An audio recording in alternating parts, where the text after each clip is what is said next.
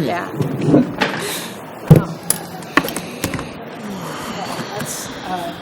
Appreciate you wanting to cover this later. We're waiving change fees for travel books. That'd be awesome. Waiving fees is different than giving refunds. You have many more years of Yeah. school. I do. That was extra money for us anyway. So, Hi, Lashandra. Hey, how's it going? How's it going? Yeah, I feel like in the event of a zombie. Okay, guys, I'm going to get started, okay? Excellent. I'm going to call this meeting of the Charlottesville City School Board on March 5th, 2020 to order. Okay. And the first thing on our agenda is a moment of silence, so we will do so now.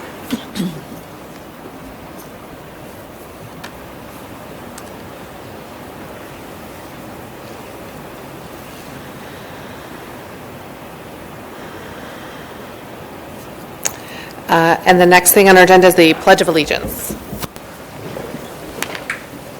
I pledge allegiance to the flag of the United States of America and to the republic for which it stands, one nation, under God, indivisible, with liberty and justice for all.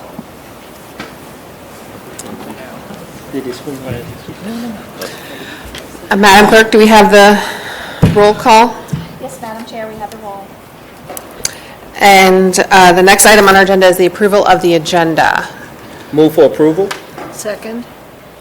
All those in favor? Aye. Any opposed? Great. Thus far, no one has signed up to speak during our first comments from members of the community. If you would like the opportunity to speak, we welcome comments from members of the community. Speakers are encouraged to keep your comments to 3 minutes. Would anybody like to speak? Okay, thank you. We're going to go to comments from the board. Again, these are sort of announcements so that our later discussion around board comments can be related to substantive issues related to maybe our committees or the conferences that we've attended. So are there any announcements at this time? I will, Madam Chair. Yeah, I would just like to mention that, you probably know that we are, continue to be in our budget process, and that we will appreciate support from our community for our budget as it's been submitted to City Council. There will be, I'm sure, a City Council public hearing on the budget, and I don't have the date for that, but I would just encourage you to pay attention to it. It's very important this year, and your support would be really appreciated. Are there any other comments or announcements? Yes, please, Madam Chair. Yes. Just wanted to let everybody know, annually, PREP, who is the Piedmont Regional Education Program Parent Resource Center for all of the surrounding counties, offers a wonderful opportunity. It's for Life After High School Transition and Resource Fair, and that is scheduled and being held Saturday, March 21st from 8:30 to 1 up at PVCC. It's a wonderful opportunity. They hold multiple sessions throughout the day. Some of them are focused on making a successful transition from high school to college.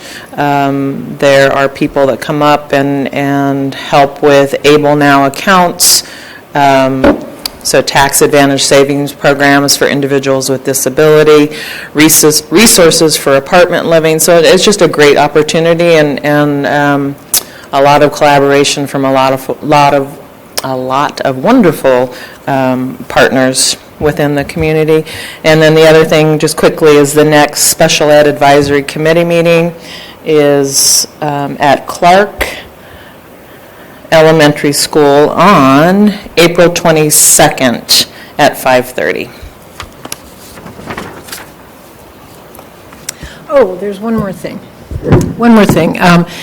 There will be a parent university coming up on Saturday, March 14th at CHS. I think it's from 10:30 to 1, and, those are really interesting, and there are many opportunities to, learn about some of the programs that we are offering through our division, but also to, actually learn some skills, and there are various workshops on how to best support your student at various ages. So March 14th, Saturday, right at CHS at 10:30 in the morning, Parent University. We're never too old. Anything else? Okay. Yes, ma'am. I just wanted to add that all this week in the city of Charlottesville, there will be events for Freedom and Liberation Day. March 3rd is the actual day that Union troops came in and Charlottesville surrendered during the Civil War, but there are lots of events going on this week. There's art from students both in Charlottesville City Schools and Albemarle Schools that will be on display. But if you go to the Jefferson school website, you can see a full list of the events, and they go through this week. That was it.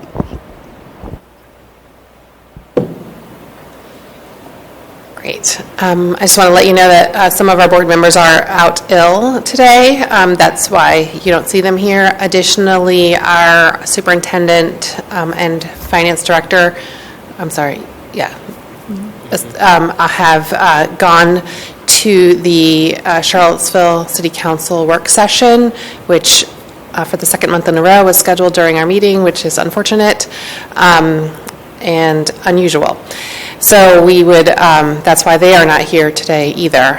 We're hoping to have, maybe not, maybe next month it'll be the same, maybe in May. But we're hopeful that everybody will be back in fighting condition next month.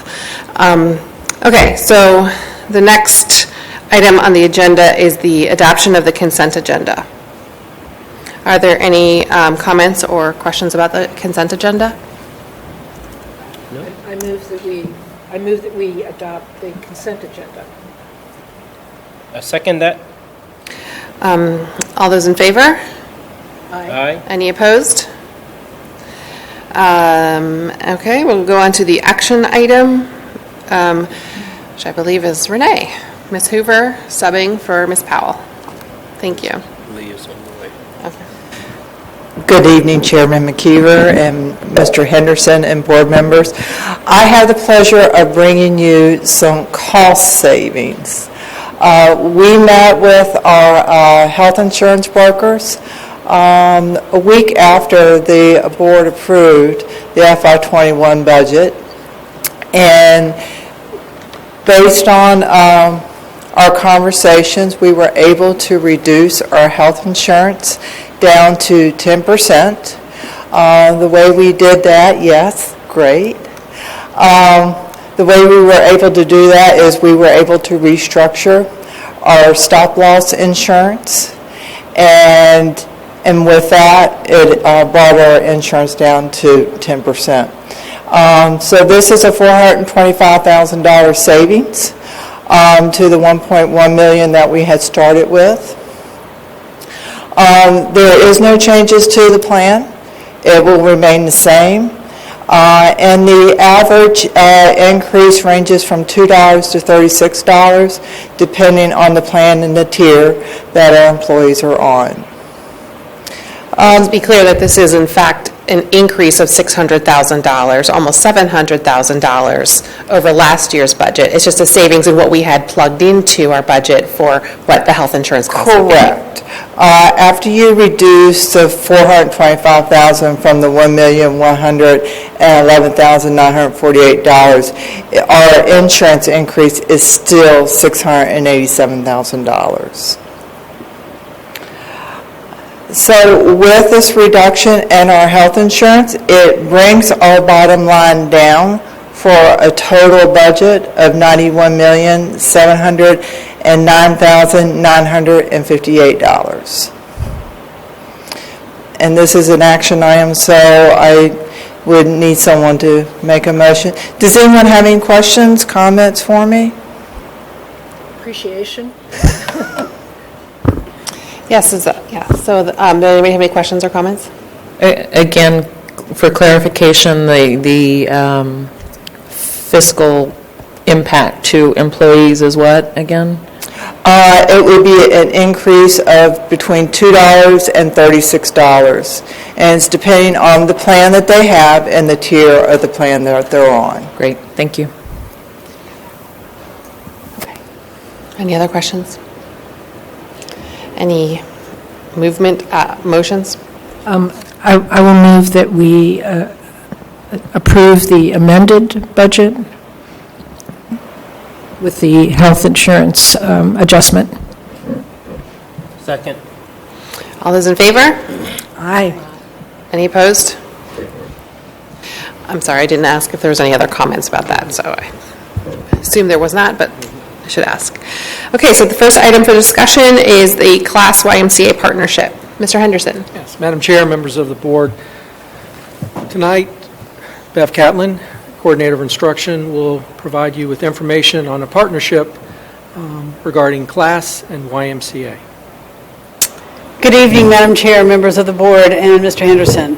I am here with members of the Class YMCA planning team to share proposals for our out-of-school time partnership beginning fall 2020.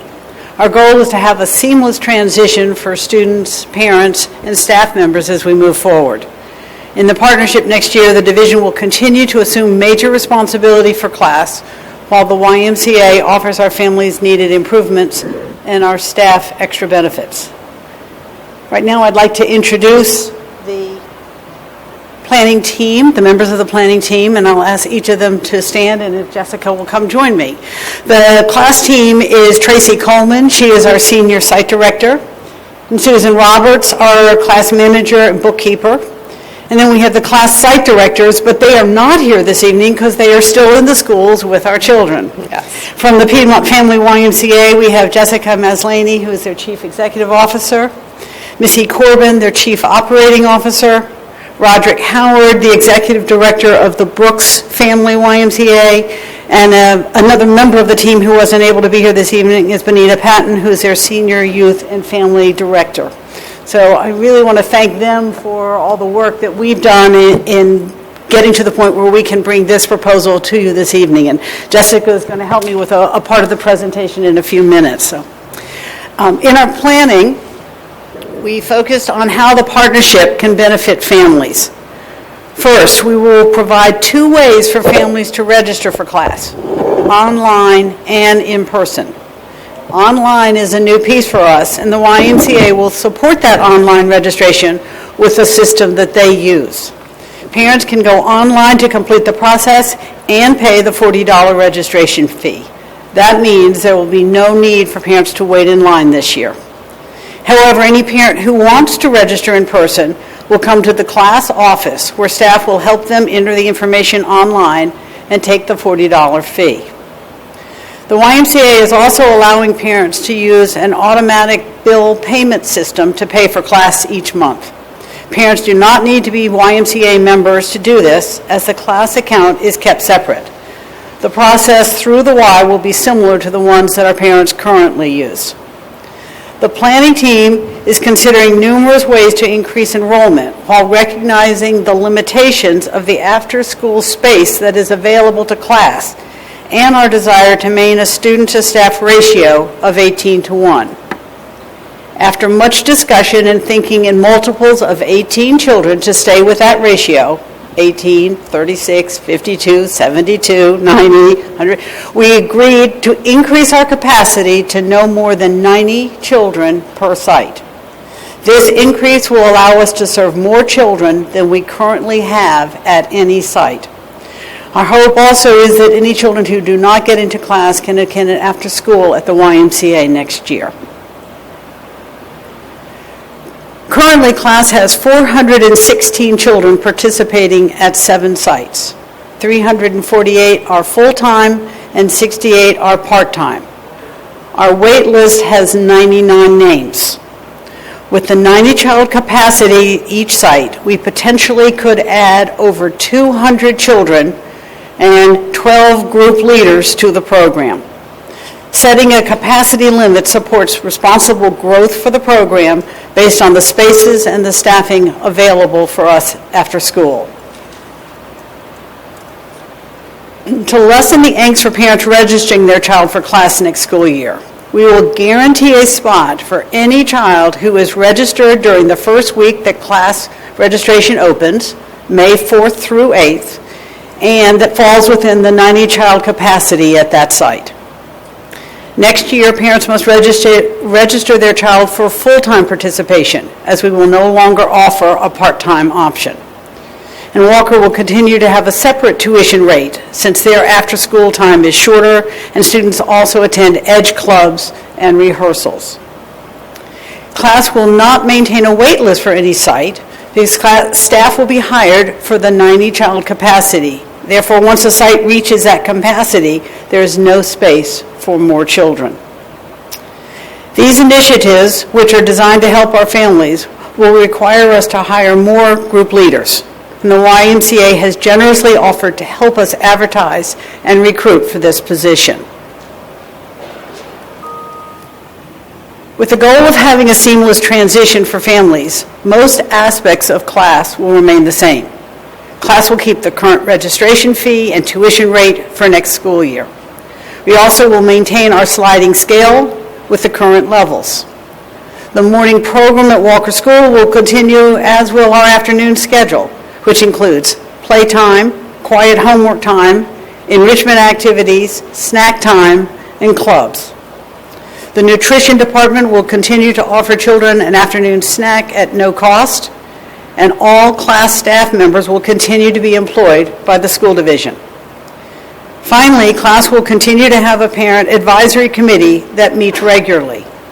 PAC parents play an important role in our program. They have us reflect on our work as we strive to best serve our students. For example, that committee reviewed the plans we shared this evening, posing excellent questions and offering valuable feedback. These conversations will continue in our future meetings. As we move forward with the partnership, we are thinking beyond next school year. Jessica Maslany will share some ideas that we are considering. Hey, welcome. Thank you for coming today Yeah, thank you. and your hard work with this. Yeah, so we're ecstatic that we're able to come before you this evening. This has been in discussion for rather quickly, but also very thoughtfully. So I think really, the Y as a partner serves over 600,000 children a year in after-school programs across the country. Many successful Ys partner with the school division to run after-school programs, so this is certainly within our wheelhouse. We currently run after-school in Crozet, as well as this past year in Greene County. They had approached us about taking over their after-school program in Ruckersville and Nathaniel Greene. So again, we're very excited to be able to partner with the class program. And I think really what attracted us to this partnership was the true collaborative spirit of it. So this first year, when you look at the slide that says what stays the same, almost all of it stays the same. We're really trying to be thoughtful on how the Y can come alongside a very established, well-run program and provide value add to the registration process, and then also value add to staffing to help supplement the current staff and increase capacity. So with that said, we want to continue to provide a valuable resource to the community. We want to increase the role with the YMCA in the class program, have that seamless transition, continue to offer a quality program. And what the Y is also excited about is just continuing the partnership with class through other initiatives. So Ys, again, work with school systems across the country with Safety Around Water initiative, teaching every second grader how to swim as part of PE curriculum. Also things like summer learning loss prevention. There's some really phenomenal programs that Ys partner with the school district to a five-week summer learning loss program. So we'd love to work on initiatives like that. Youth in government. So there's a menu of programs that we really could partner with the city to work closely with. So we're excited about this as kind of a first step, but also what the future of our partnership could look like. So yeah. As part of the partnership, the planning team drafted a new mission statement for class that more clearly expresses the charge of our program as we move forward. And it reads, the mission of the class program is to keep youth active, learning, and engaged during out-of-school time in a quality, safe, and nurturing environment. And you can see also on the slide, we have come up with a new logo that puts the two parts together, I think, in a very nice way. So class provides the community, we realize, with a quality resource, and we want to see that grow. Our families will find many benefits with the Class YMCA partnership. They include having the after-school program stay in our schools. We can enroll more children and eliminate the wait list. The cost of after-school care next year will remain the same. Parents can choose to register online and pay with an automated billing system. This eliminates the need to wait in line for registration. We look forward to the YMCA helping us find more group leaders who will be employed by the school division. And finally, and most important, our children will continue to participate in a quality program for out-of-school time care. So at this time, we're happy to answer any questions that you may have. Well, I just want to say thank you for, I don't know how this came to be, but I appreciate all of the hard work. You know, this has been a very significant issue, and one that we had asked that the community kind of help us to resolve, given some of the wait lists we have. So I just find that this is a really unique opportunity for us, and I appreciate the willingness of the Y to partner with the schools to move forward with this after-school program. So I would love to invite comment or questions for our guests. Yes, LaShondra? Yes, I have a few questions.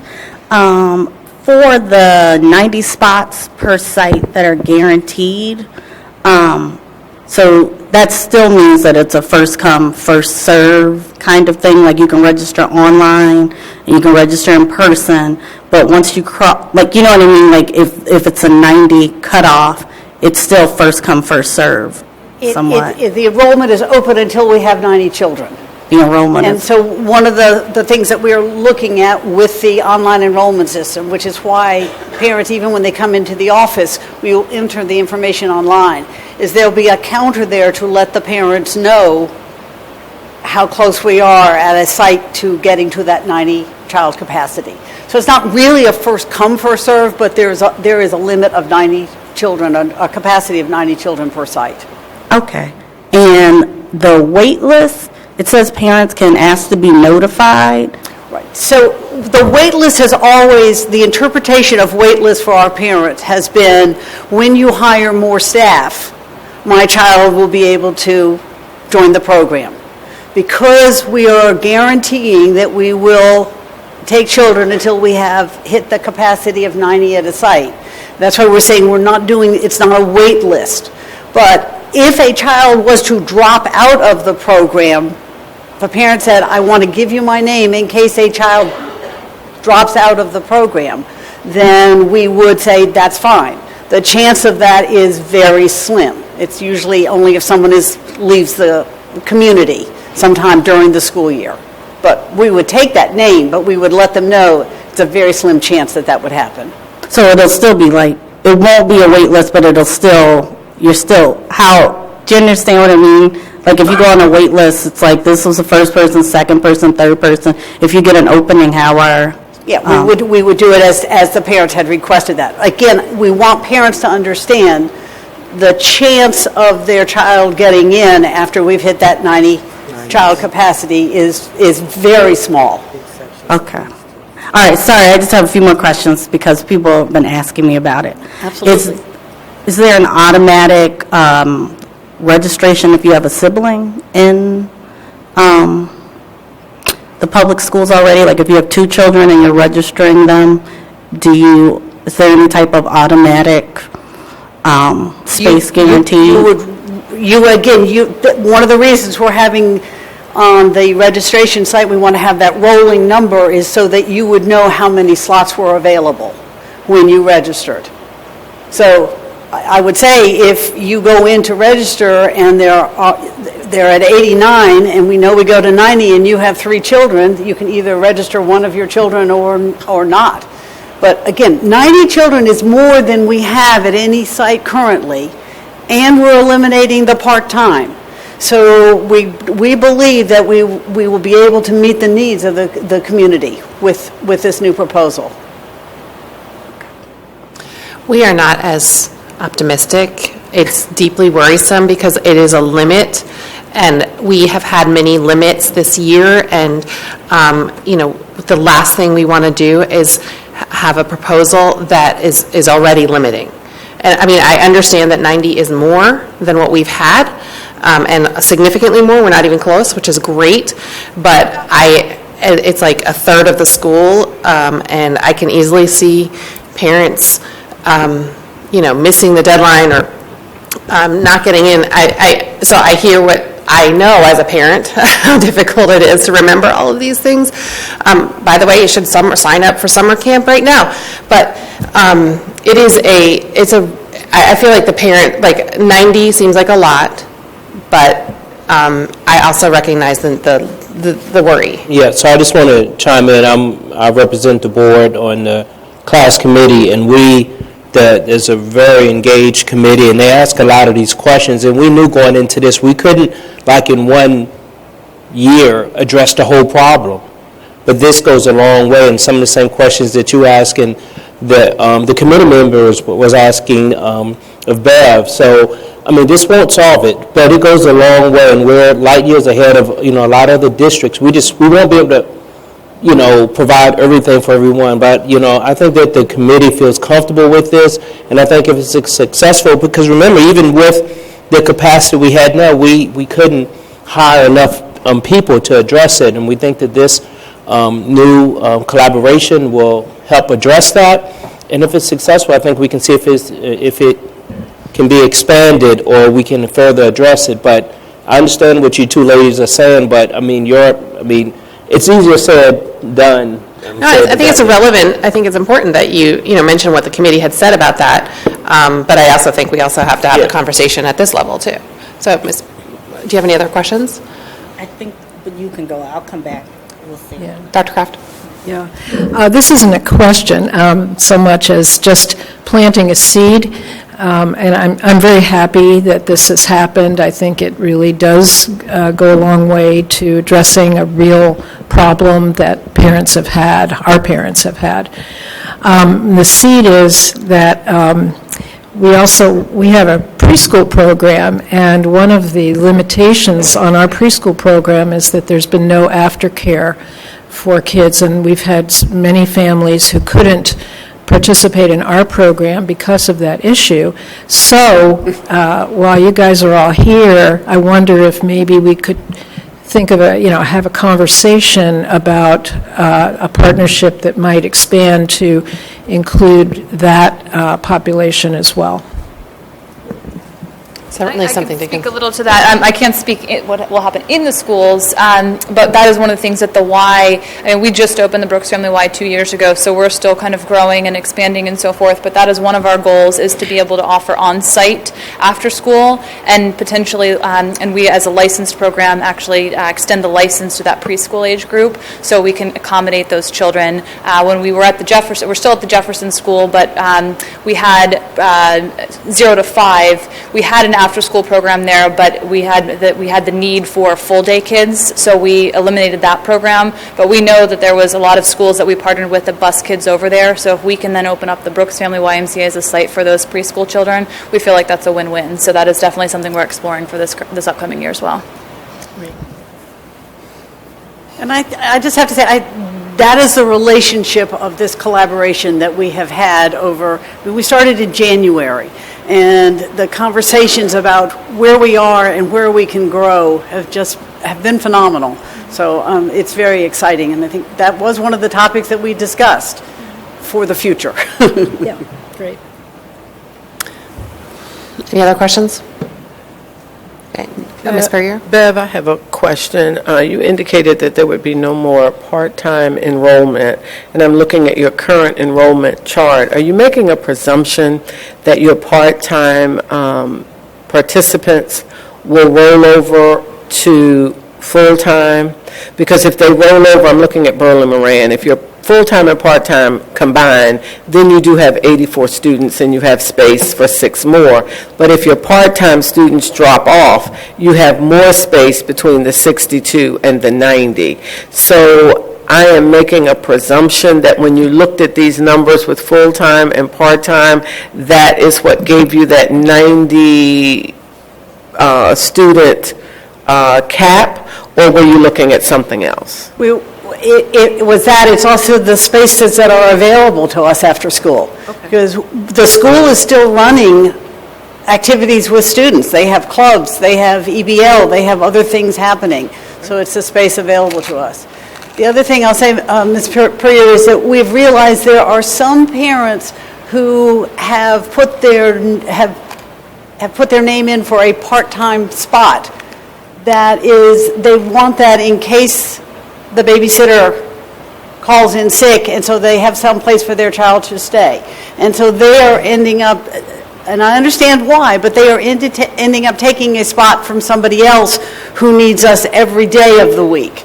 And so we were thinking the best thing for us to do is to go with full-time enrollment so we can meet more of the needs of a greater part of the community. Yes, Ms. Morsberger. This is my last question, I promise. Just to follow up on the part-time, I just wanted to make sure that we take into consideration people that may only can afford the part-time option. And also, I know we can't do everything in 1 year. The cost and the scale, I keep getting comments from people who pay the top scale who say they're willing to pay more to help offset some of the costs. So is that something that can be visited as well? It has certainly been a conversation, Mr. Wade is shaking his head, because that has certainly been a conversation at our advisory committees, and there will be some sitting at the table saying, yes, I'm willing to pay more, and there are others who may be in that same level of income who are like, no, this is really a stretch for me for where I am. So for next school year, what we have been able to do with this collaboration is hold all of those tuition rates where they are. If in the future, when we are looking at those rates, that could be something we could certainly look at. Yeah, and I just want to add on to that is that is something that the committee, because we asked that question as well.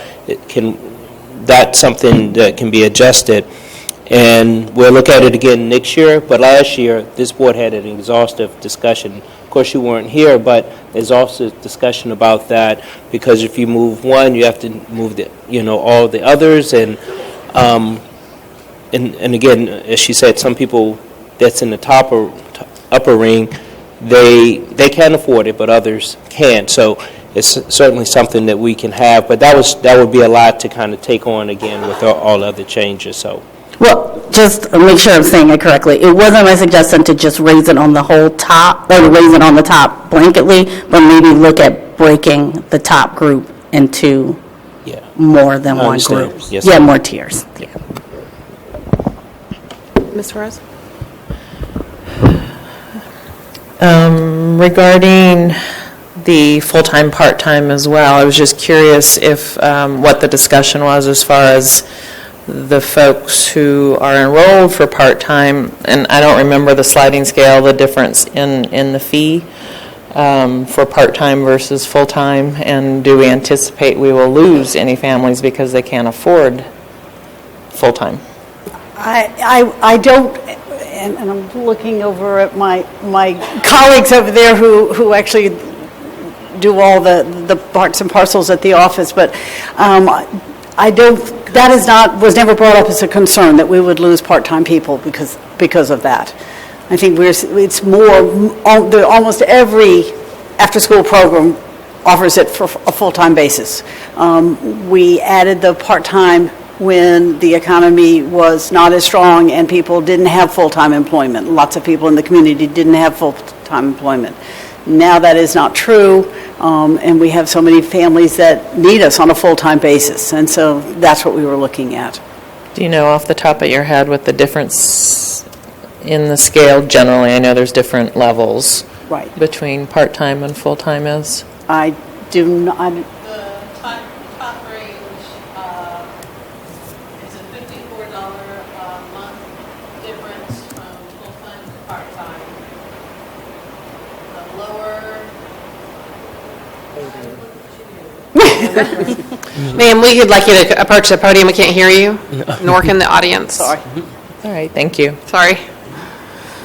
This is Susan Roberts, who is my right and left hand in the Thank class you, Ms. office. Roberts. The full-time status monthly for the top tier is $248 a month. Part-time is $194, so it's a difference of $54 a month.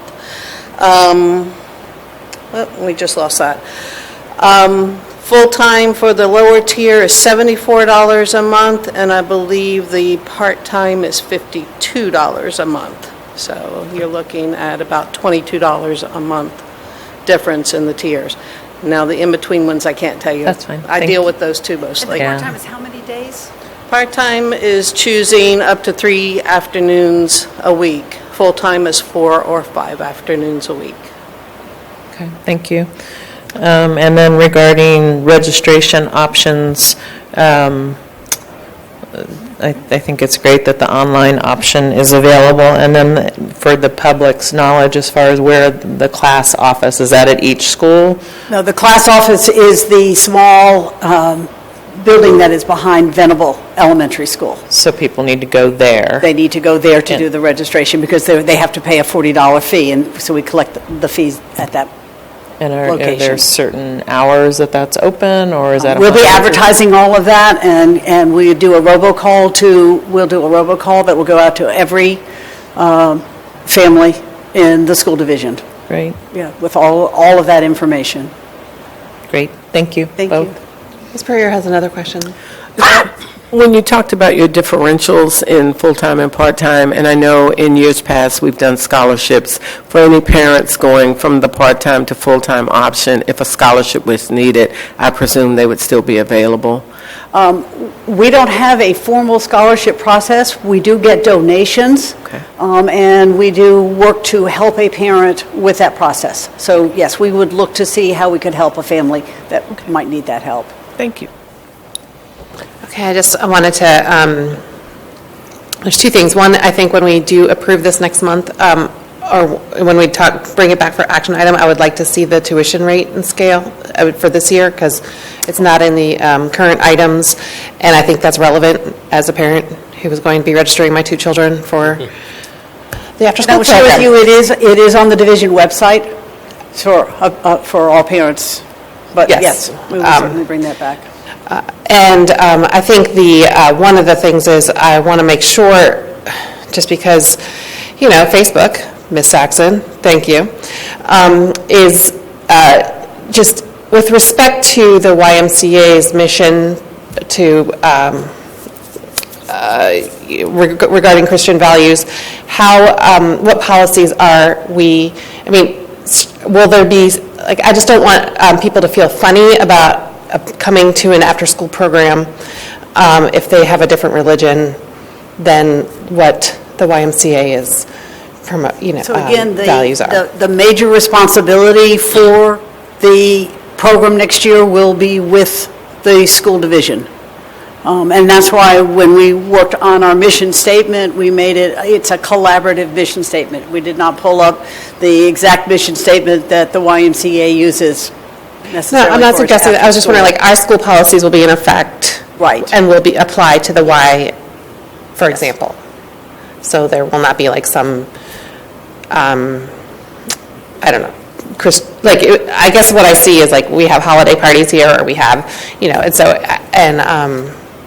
it's one thing to be at the Y and know what you're doing, but also it's a different thing if you're at the school and having, so is that something that you all have discussed? The class program is going to be continuing to write the curriculum. The site directors are going to still be working with me and be employed by the school division. So the way we do those things in the school division is how we'll do those things. How we're doing them currently is how we will do them next year. Okay. Yeah, can I? Of course. I think, too, is that since we are still holding class in our school buildings, then they would have to follow the policy set by the school board in things that we do, or everything that we do within our buildings. Great, thank you. Any other questions or comments? One more, please. Thank you. Curious, and I may have missed this in prior conversations. So our limitations up to this point of being able to enroll or remove the wait list has been staffing, correct? Yes. And so is the why, are you helping with staffing? I know you're helping with recruiting, but are you also bringing folks over, or why do we think all of a sudden that's going to be magic? Yeah. And better, yes. So the answer is both, yes to both your statements. So yes, we will be helping with the overall recruitment process, but we also have some part-time staff that we anticipate that will be able to supplement some of the after-school hours. So we'll be able to be able to combine kind of part-time work here to give more full-time hours for folks. So we feel like we can do that internally as well as help with the recruitment process. But minimally, we'll be able, between those two things, you'll be able to staff for 90 per each site. That is our goal. That's what we're advertising. That what I will tell you is we also have met with Parks and Recreation, and that they have asked how they could support the class program next year, and one of the top items from that was if they could also help us advertise and recruit for the group leader position. They also said they have people who work for them on a part-time basis that also may be very interested. So we've already set up a plan for how we can begin advertising that with those who are employed by Parks and Recreation. So we're constantly keep looking for different avenues, and I think these community partners will be a good way for us to move forward. Absolutely, thank you. We cannot resolve the issue of after-school care just with the schools alone. So I, again, appreciate the community and the support, the collaboration there. So thank you for your work. And we're over the next month, we'll have community input, and then next month agenda, we will have it for action. Thank you. Thank you all for coming and all your hard work. Thank you so much. Take care. The next item on our agenda is the Pathway for Gifted Education. Mr. Yes, Henderson? Madam Chair, members of the board, Bev Catlin, Coordinator of Instruction, and Aaron Icorse, Coordinator of Fine and Performing Arts, will provide you with an update on the Pathway for Gifted Education in Charleston City Schools. So as the slideshow is going up, I will say, I would often say to my students when I would teach them, okay, now it's time for you to switch hats and go to the next thing. So I'm switching my hat from the class program, now I'm wearing the hat of the gifted program. So this evening I am pleased to share that the division's comprehensive redesign of gifted programming is well underway as we continue to focus on equity and excellence. Gifted resource teachers work with all students in general education classrooms, providing them with learning experiences that are differentiated to meet a range of academic needs. They design and implement lessons that address English and math standards, and during these lessons they engage students in productive struggle with depth, breadth, and complexity. The gifted services are continual and sequential as gifted resource teachers distribute their time across grade levels and content areas. This evening I'll share the next step in our new Pathways for Gifted Education, an inclusive gifted identification process. This comes in response to the disproportionate identification of culturally, linguistically, and economically diverse students in gifted education. Our goal is to address equitable access to the gifted program and to translate that into sustainable action. In the past, our identification systems posed unintended consequences. This year, staff has worked collaboratively with professionals at the Department of Education, Dr. Brighton at the University of Virginia, and other experts in the field to reimagine our identification system while adhering to the Code of Virginia and state guidelines. Moving forward, our formal identification in English and mathematics will begin at the end of third grade and happen annually each spring. Our first step is reimagining the screening process. Moving forward, all students in 3rd through 11th grade will participate in gifted screening every spring. Parent and teacher referrals are not necessary, as every student is automatically considered. A parent, however, can choose to opt out of having their child considered for gifted identification. The form to request this will be available at each school and online. As required by the state, the division will continue to use multiple criteria to identify students. This can include the student's academic tier in English and in math, according to the Charlottesville tiered systems of support. Results on national and state assessments, such as the Access for L's, AP exams, the MAP assessment, the PSAT and SAT for high school students, and SOL assessments. Student performance on division term assessments, the student's record of previous academic achievements, including grades, and student products and portfolios.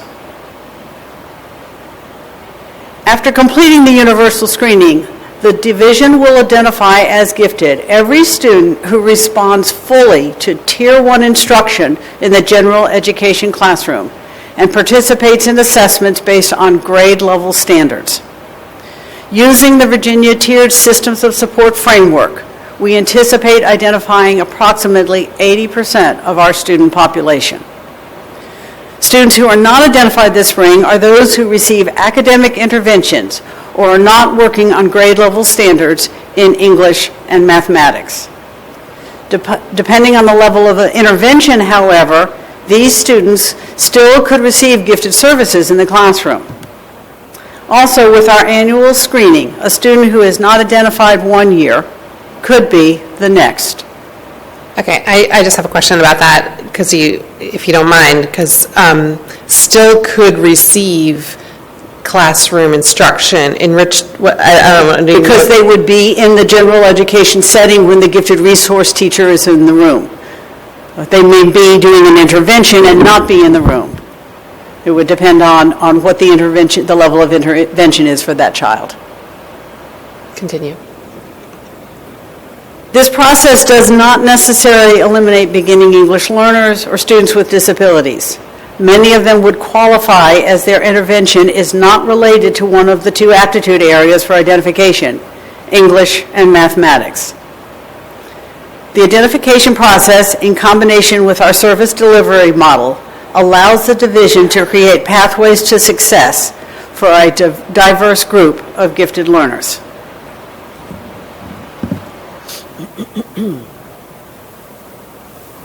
Good evening. Hi, welcome. Good evening. I am pleased to share with you our proposal for new pathways in art education.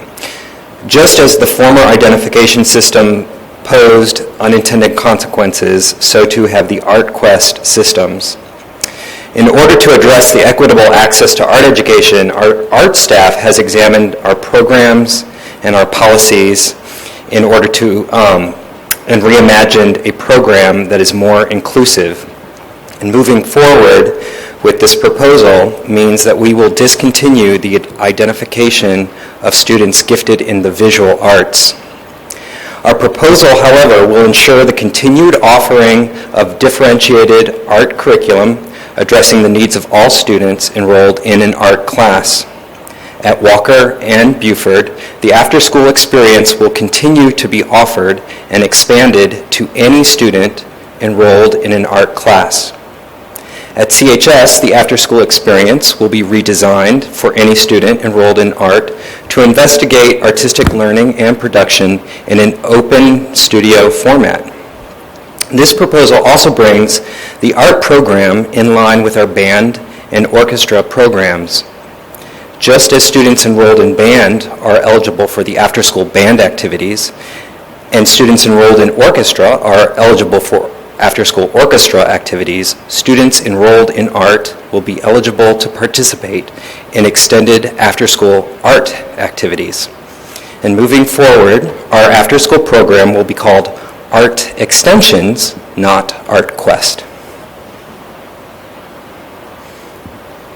Our goals for both in-school and after-school art experiences remain largely the same: to cultivate young talent, to present artistic learning and challenge, refine skills of visual literacy communication through artistic production, engage students in the creative process, teaching the behaviors of an artist, to encourage students to embrace new and challenging art perception and production, and we've added to support our students in the development of ideas with personal and cultural relevance to this list of goals. Here's a side-by-side comparison of the current model with the new model that we're calling Art Extensions. Both models offer differentiated art instruction and curriculum. Both models offer after-school seminars for the same amount of time and number of weeks, 1 hour per week for 20 weeks. The difference between these models, however, is that under the new model, any student enrolled in art will have access to the after-school options. Thank you.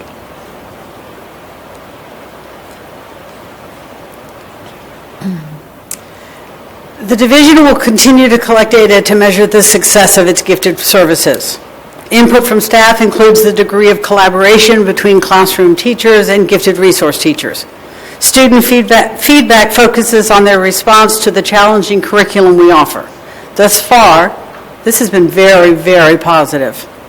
We also have and will continue to gather comments from parents and the community in multiple ways: emails, presentations, face-to-face meetings. Finally, our Gifted Advisory Committee continues to play a vital role in sharing observations and asking hard questions. Throughout our work, we strive to offer equitable gifted services that center around access, meaningful participation, and high outcomes for students. Recently, we asked a group of fourth graders, some elementary teachers, and high school students about the new gifted service model. Some of the students were in Quest last year, while others were not. Here's what we learned.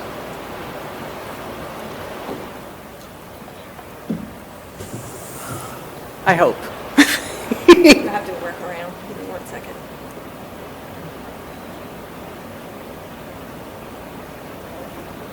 Played fine everywhere else.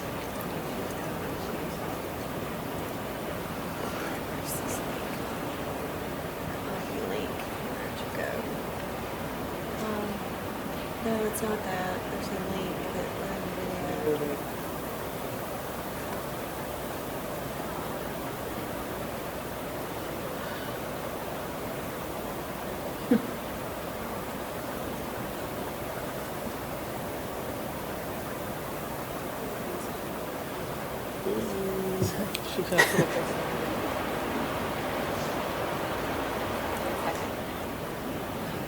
Click your sound button.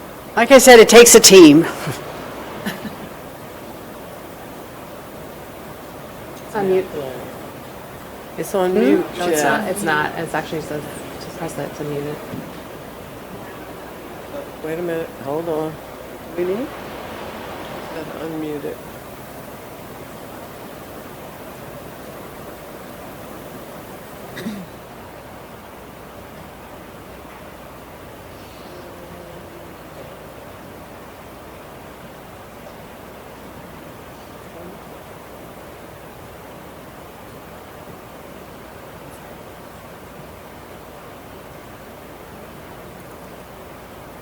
Go.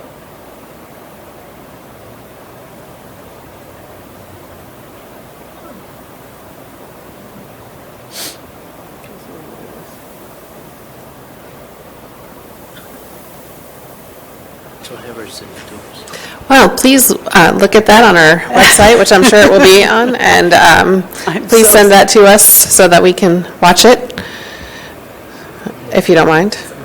Okay. So, I hear that the video is very good. The video is very good. I'm very disappointed. I have not previewed it. I just heard about it. You know, I hear rumors. I heard the video is very good. So I'm sorry that it's not Everyone working in it we know? with the sound. I think everybody we know in there. Can you share anything that we might have heard? Come up and tell us what you saw in the video.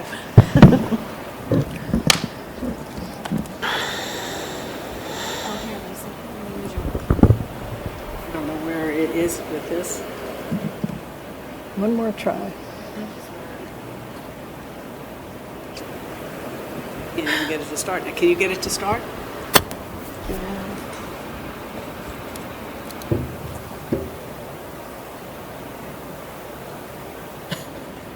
Is it playing through the computer? Technology.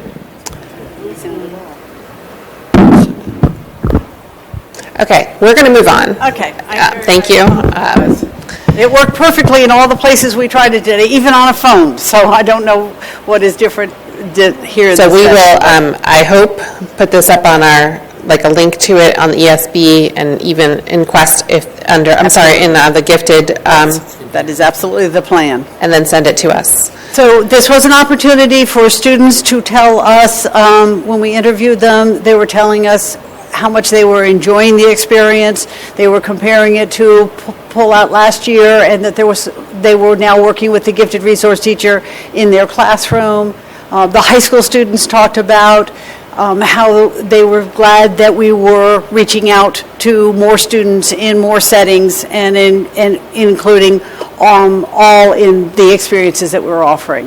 The classroom teachers were saying it's very exciting, it's hard, it takes time to collaborate, it's a challenge having two people in the classroom, but the benefits that they're seeing seem to be worth it. So we had a very, very positive response from all that participated in the video. Great. So is this the opportunity now to ask questions? Please. First of all, I want to say I'm really excited about the changes to art extensions. That is really, it's nice that we're offering that, and I like how the change is so limited. It's any student enrolled in art class to any student enrolled in art class.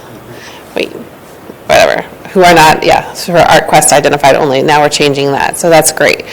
So I will start on Miss Bryson Morseberger.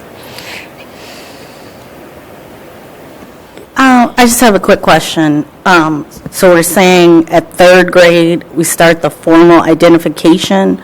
So does that mean that, how does the push-in work after there's formal identification? Like what changes from before third grade when it's push-in, everyone's doing the same kind of thing maybe? What happens after the formal identification? There will be no change in the service model at all.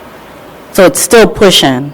It's still push-in. It's exactly like it is right now. So the first thing we did is design the service delivery model, and then we looked to see who are the students that we are serving, and those are now the students that we are identifying.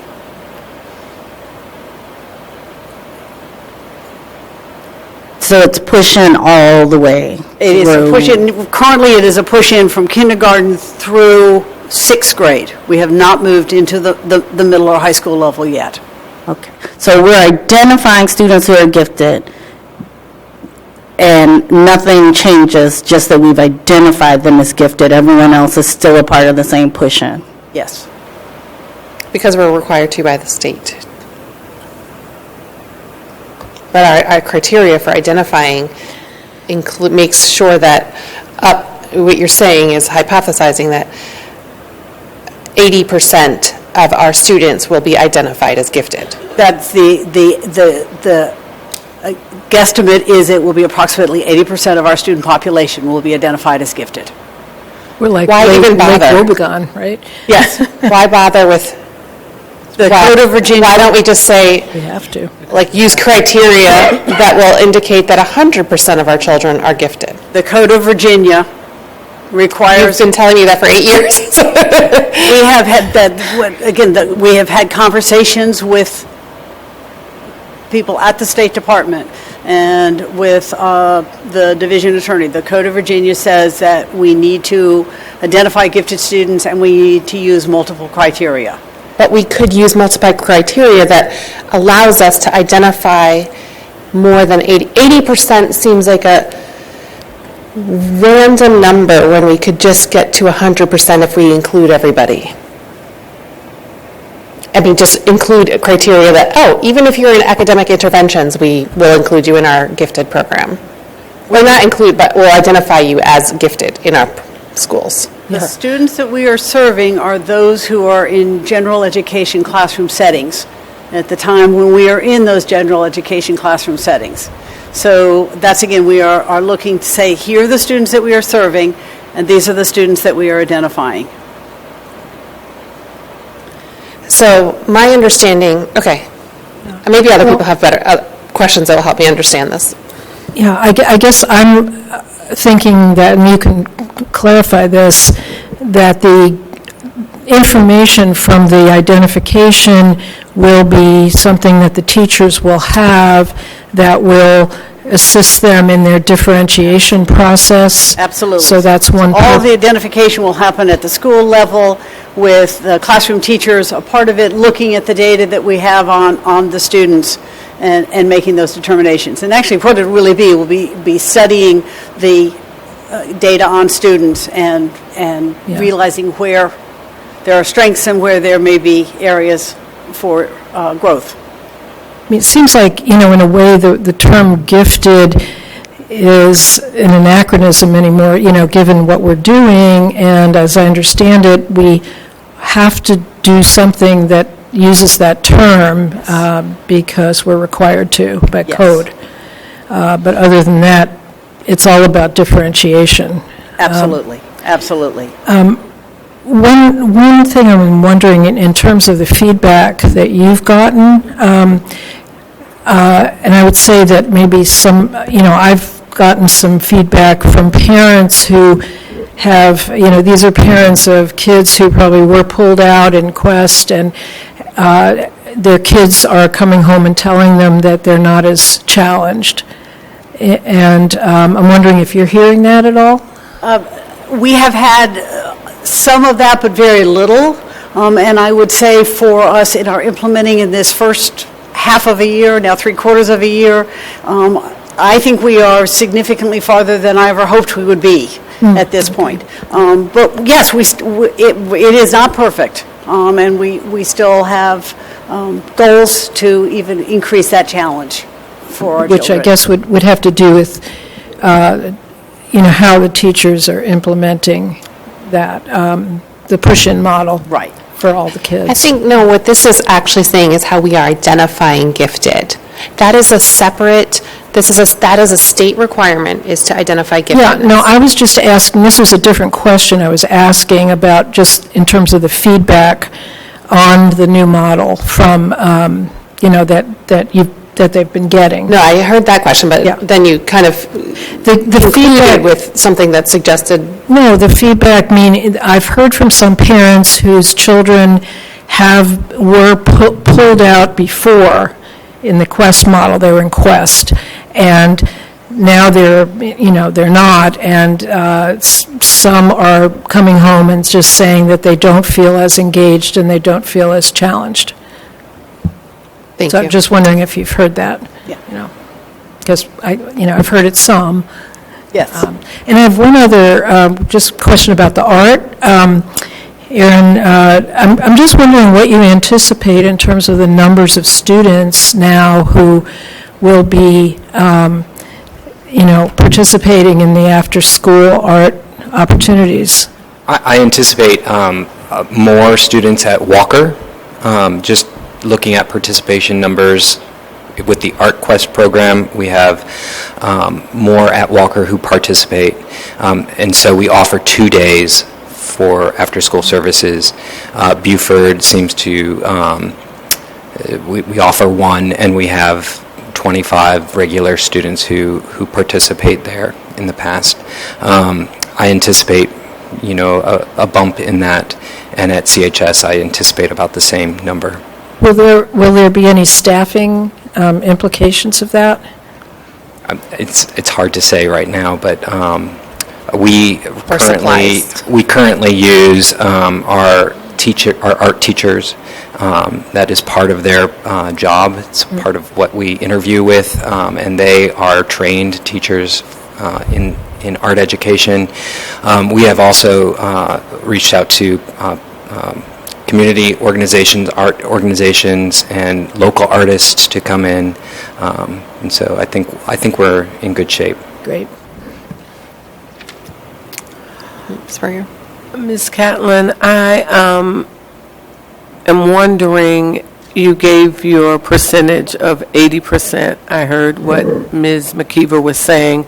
I'm wondering if your terminology of at least 80% would better reflect what she was concerned about. I understand percentages. I have to do it all the time. Right. And I am presuming that you're looking at 80% of the 100% being in the entire population with general education up. Yes. Is there an issue with using the terminology at least 80%? Because you could, in fact, exceed 80%. Absolutely. And so I what think that number is based on is the Virginia Tiered Systems of Support Okay. framework, and they say up at a school division, approximately 80% of your students are at Tier 1. And so that was where that figure came from. But we will not know until we do this year what actually we will be looking at. What are you looking at now? What are you currently looking at now? What are your current numbers? What are your current percentages as of now for your 1920 year? We have This not is moving forward for 2021. No, this will begin this spring. We have not identified any students yet this year. Correct, because identification in the spring is 2021. So for the children next year that will be coming in the fall, I'm asking what are your percentages from your identification from last year? Oh, I'm sorry, I don't have those numbers right off Okay, the top thanks. of my head. I'm sorry.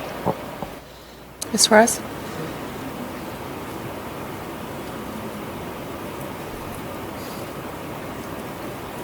I'm thrilled to hear that there's the opportunity each year for students to, I guess, be identified. I'm stuck on this whole being identified in the language, I think, and what that potentially may mean to students. I mean, this part of it doesn't feel much different than what was already in place, so I'm struggling with that a bit. I'm also struggling, and maybe I don't quite understand what's going to happen in a classroom if there happens to be students who aren't fully responding to Tier 1 instruction and there's gifted instruction going on, or even if a student, say in literacy or language arts, receives small instruction, a couple days a week, and then the gifted instructor comes in. I mean, are they being... They will be joining us in that lesson. I just feel like, so the way it was presented, again, does not feel fully inclusive. So I don't know if it's, words are powerful. And, it affected me, and I would imagine it could affect students and other parents if they heard it. And I felt like, we were trying to do something, and we've done a lot, so I'm not trying to diminish what the work that has been put into this, but it still feels like there are barriers. And so I hope that we continue to look at that, because I feel like, in some way, I don't know, I feel like we can do better. So, right now, that's all I have to say. Yes, I had a couple of comments. So, if you can explain, because over the last 15 years or so, I've been going to conferences and things, and I've heard the statement that, only, just generally speaking of the population, only, I don't know if it was 1% or 10% of the population are truly kind of gifted as far as, I don't know if it's from IQ tests or what. Can you explain what that is? Because I know what the headline will be. The city is going to say that 80% of their kids are gifted and talented, and so can you explain what you mean, what the difference you're talking about in those? Because I don't want the implication to get out there that, we're just identifying to identify to make ourselves feel good. When we began this process, we looked again at what was required of the Code of Virginia. We had conversations with the state superintendent, and we had conversations with the division attorney about how could we move forward with a gifted identification so that it supported the new service delivery model that we are using. And we were given some fairly clear guidance on what we could and could not do in those parameters. And so what we have done is we've said, who are the students that we currently are serving with the gifted resource teachers and the service delivery model that we offer. And what we are doing is being sure that we identify all of those students who we know we will be serving through the model. What that can also happen is there's maybe a student who, as Ms. Roy says, maybe doing interventions, pull-outs on certain days, but will be in the room with a gifted resource on another day. That student will join us. They may not be identified, but they will join us and participate in that activity just like every other student has. So it is very true that we are looking at gifted identification in a very different way. And this is a trend that is happening nationally. I think we're just maybe a little bit ahead of that trend in what we're doing. But I have one follow-up question about the arts identification. Erin, I'm trying to figure what the identification looks like, because to me it's so subjective. I don't know if, someone could be a good painter, but it's different types of art, whether it's sketching, whether it's painting. And whoever is judging it could, maybe they just like a particular format. So I don't know what the test process looks like, type of thing. So if you could explain that. Well, we are proposing that we no longer identify. Yes. So it's anyone who wants to participate in the after-school art activities would be a person who's enrolled in an art class during that year. It's an extension of what happens within the regular classroom, rather than what we are doing now, which we have a process. Students submit a portfolio with specific things in it, and there's a drawing test that all fourth graders perform. And then our current, the Art Quest program serves 5th grade through 12th grade in the regular classroom, but also through after-school seminars. So we're proposing that we no longer offer that.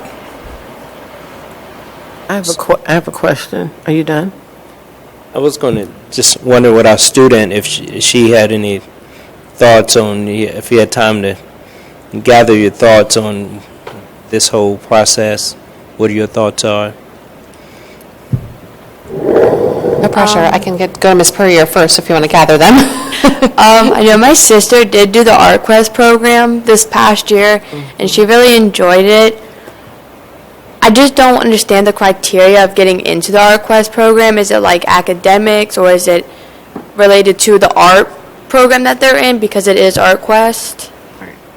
Currently, students submit a portfolio of about 7 to 8 pieces, and it's adjudicated by outside adjudicators. It's adjudicated blindly, and then there's a drawing activity that's part of that. So that's what we have been using for many years for identification purposes. But we look at that along with a lot of other things. We look at teacher recommendations and parent input. If those pieces are missing, that doesn't count against the student. So we try to look at a lot of evidence, and it's rated on a scale. But this proposal is to do away with that entirely. And if you are participating in an art class, then you will be able to participate in the after-school art program as an extension of your interest in art. Absolutely. If you are a student and you love art and you want to pursue more art and you want to learn more things, we want to support that and cultivate that talent and stretch you in new ways. So now my stick figures are going to be stretched because I'm coming after school. Absolutely. Art class. Yes, yes. So congratulations, Mr. Icorse. I don't know if you were informed, but last night, Mr. Icorse traveled to Orange County High School to bring 3 pieces of art from our art students for elementary, middle, and high school, and our elementary school student won first place. So that means, yay, come on. So that means they will come to the Virginia School Board Association, the painting, well, it was a sketch. It was simply amazing. But anyway, they will come to our annual meeting in November, and there will be another blind judging, as they say. And if that individual wins again, then their artwork will hang in the governor's office and the VSBA office, and eventually we'll circle back to the superintendent's office. So thank you so much for bringing the information. So now we see that art works. Thank you. I have one last question. Ms. Catlin.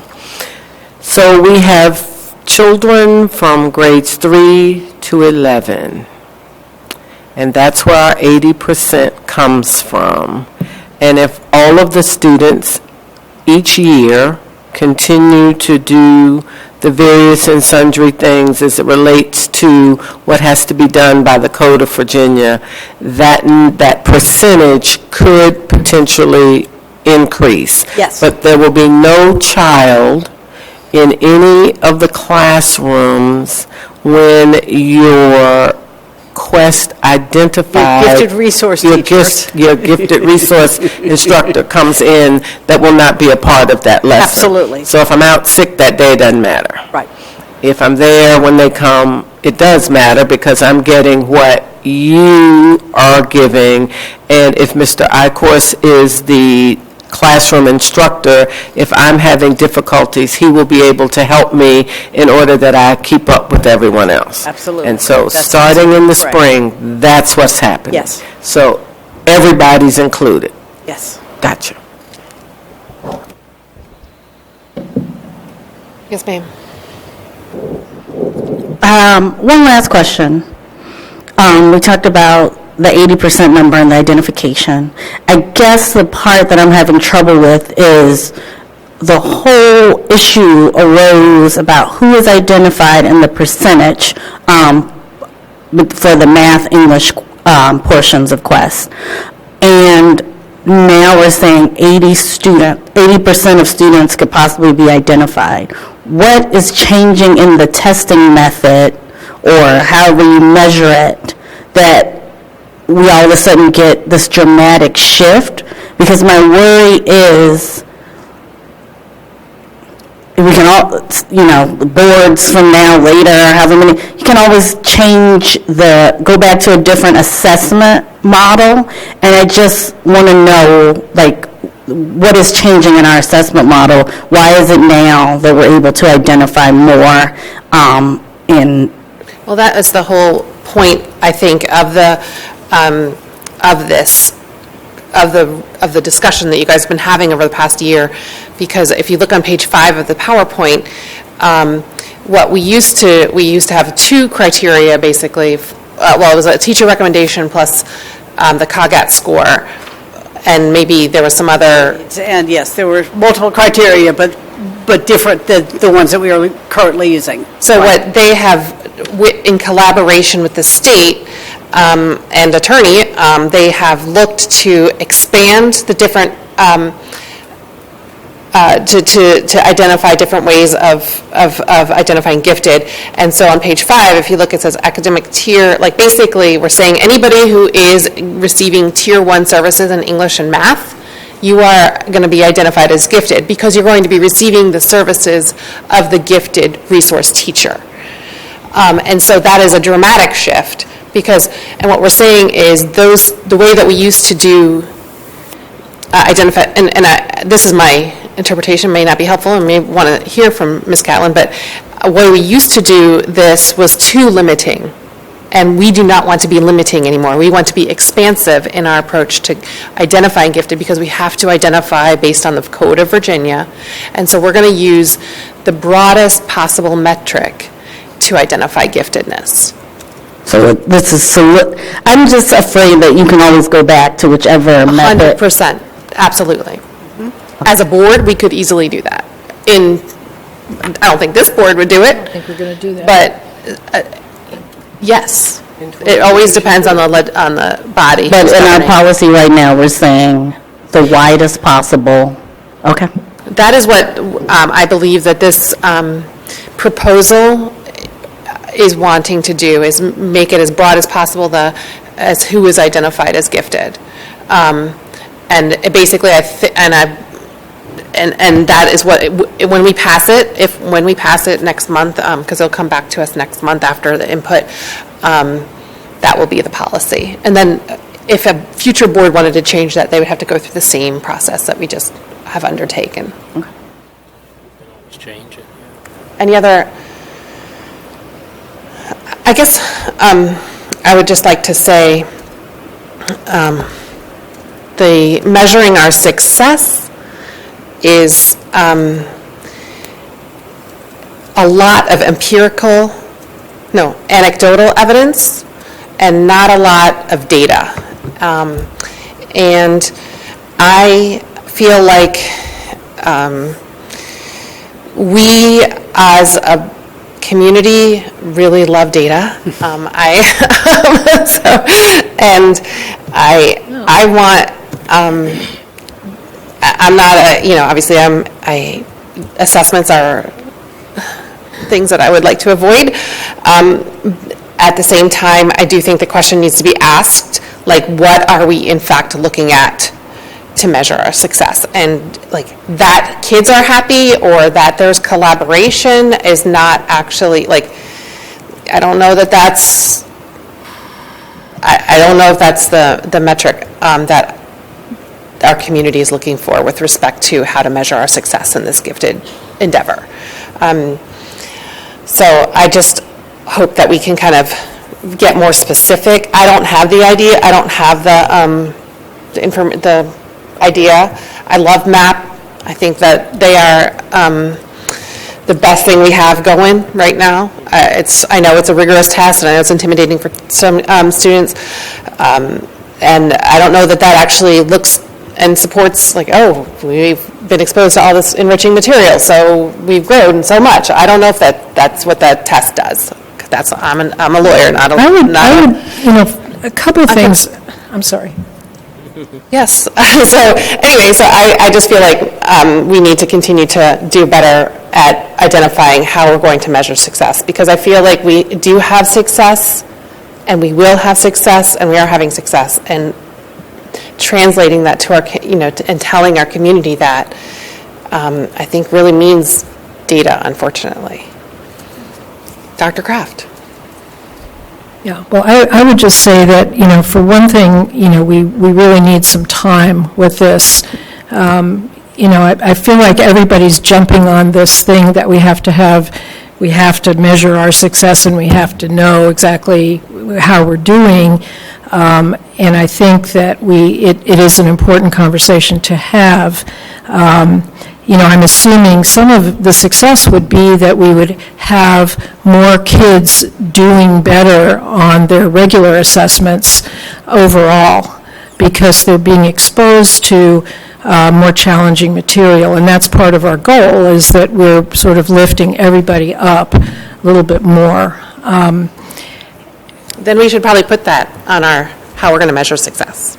Yeah, I mean, the other comment I have is that, for how did we ever measure success of the Quest program? We had this program in place for, 35 years, and nobody seemed to be asking that same question. Now that we've changed our model, it's like everybody wants to know, how are we measuring this? And I think we need to, it's an investment of our division in a different way of doing things. And so if we are trying to, be as inclusive as I think we're trying to be, then a lot of our regular assessment data should suffice to say, how are our kids performing in school? And there may be some other things that somebody wants to come up with as well, but... I'll throw out a couple of ideas as we move up into the upper grades. It could be that assessment data. It'd also be the students who are choosing the honors option. Do we see both an increase in the students and diversity of the students that are choosing the honors option, how successful they are in the honors option, looking also at the AP, the diversity of the students who are enrolling or choosing to take AP classes or dual enrollment classes. Again, that's at the upper levels. We're just now kindergarten through 6th grade. So it will take some time, but we clearly are aware of the need to get feedback on how we're doing, and right now that feedback is mostly anecdotal feedback. But we are also looking at map data on students and seeing if our students are making the anticipated growth that we want for them. Ms. McKeever? Ma'am. One last thing? Of course. Ms. Catlin, I appreciate what Ms. Torres stated. I can understand how some people may find certain things off-putting or disconcerting or not understanding, and I cannot tell you how to do this because at this point of the day I may not be able to think that clearly, but I do feel that something needs to be said moving forward as we're doing sessions with our parents. I think the people in the buildings will understand, but there's certain things because of the Code of Virginia that have to be said in a certain way, and it is not being said to exclude anybody or from an exclusionary standpoint. But if you don't have certain knowledge base or a certain level of expertise, you wouldn't understand that. And so I can't give you any verbiage on how that should be done, but I think we need to be very clear that we have made a decision to do something that will not be exclusionary. And consequently, there are certain words, terminologies, or phrases that have to be utilized in order that the school division does not face a lawsuit. But that being said, we are still not going to be exclusionary. So somehow that needs to be communicated. Yeah, one more comment, please. Again, reflecting on data and how to measure. And coincidentally, one of the smaller community equity meetings that Mr. Wade and I attended last week, interestingly enough, and I went to 3 out of 4, each was a little bit different as far as what kind of rose to the surface. But in this one in particular, there was a lot of conversation about the gifted program and what was going on, and talk about how to measure it and what are we going to, what are we looking at. And so it was interesting that was the topic, but again, in looking at equity, and I wish I could remember, and I tried to see if Mr. Wade remembered, Charlene Green was there to kind of help facilitate this meeting, and she happened to share, and I don't remember if it was from the first meeting or if she happened to be in another setting. I think it was Charlene. It was at Friendship Court. Right, but I think it was Charlene that shared it, that she happened to be interacting and hearing some students who actually, in our current model, the way we're running it this year, had a very positive, more of a qualitative share out, that they just were really excited about their classmates being in the class with them and participating in whatever instruction was going on, and just how they viewed each other differently and more positively. And I mean, that just blew me away. I mean, like, how do you measure that? But I think it would be important for us as a board, and again, absolutely agree with you, Ms. McKeever, that this community is data hungry. And I'm not sure. I mean, I think it would be a great conversation for us maybe at our retreat to talk about what is important to us. I mean, do we really want to focus on data, or is it more important to be looking at those qualitative changes in our students and how they see each other? Right. And I think we all honor that, and we do feel like that's really, really important. And how does that? How do we put that on an equity dashboard? You know, I'm not sure, but I think that would be a great conversation, and that was very powerful to hear. I can share that it's an excellent lead into the conversations that I'm so sorry the video did not work, because the two high school students at the video, it's exactly what they talked about. Yeah. And that was the difference, and they have not seen the model, but they have seen the impact of the model for the school division. So that would be something as when you get to see the video, you'll hear their voices expressing that. Thank you. Yes, ma'am. One last thing. I was, just wanted to say to Aaron, I was at the meeting where you were talking about these Freedom and Liberation Day cards, and every time I get a school calendar, I am always in awe of the art that the students do, and so I really appreciate that you all incorporated the local history of the Freedom and Liberation Day into the arts and, you know, just bringing it into the classroom. So I just wanted to say, because I'm always negative Nelly, that this is amazing. So I just wanted to say that it's seen and appreciated. Great, and I would add on to that, please come and see the exhibit. We have 2 exhibits happening simultaneously. It's a collaboration between Albemarle County Public Schools and Charlottesville City Public Schools. We will have our portion open during our open houses March 11th, March 14th, part of Parent University, and March 18th in the Performing Arts Center lobby, where you may view the collaborative special collection. Thanks. Okay, so this is an information item, and so I guess we're going to be next month asking the board to approve the ways that we identify gifted next month. So we're accepting community input in the meantime, and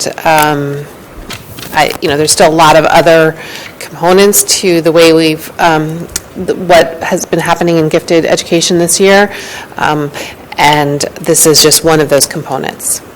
So thank you all both for coming. Thank you. So at this time, we have an equity update from Ms. Johnson and Ms. Chuck.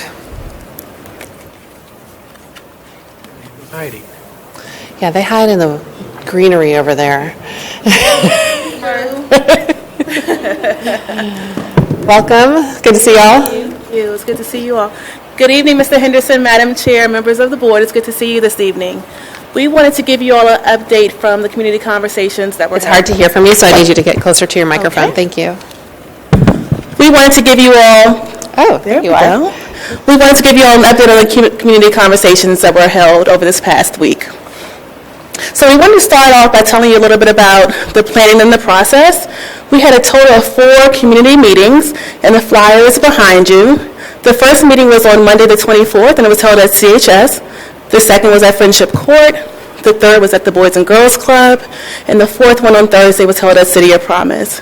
We also had one staff-only lunch where we gathered feedback from them, and that was on the teacher workday this past Monday. In the future, we also have our student focus groups planned, where we'll be getting feedback from CHS students as well. A little bit about the evening, or the actual meeting. We started off the meeting by having an overview of norms and a welcome, and then we did an overview of our current equity work. Next, we broke down the large group into smaller groups to have a group discussion. And then we did a brief share out about what was covered in the small groups, and then we talked about the next steps.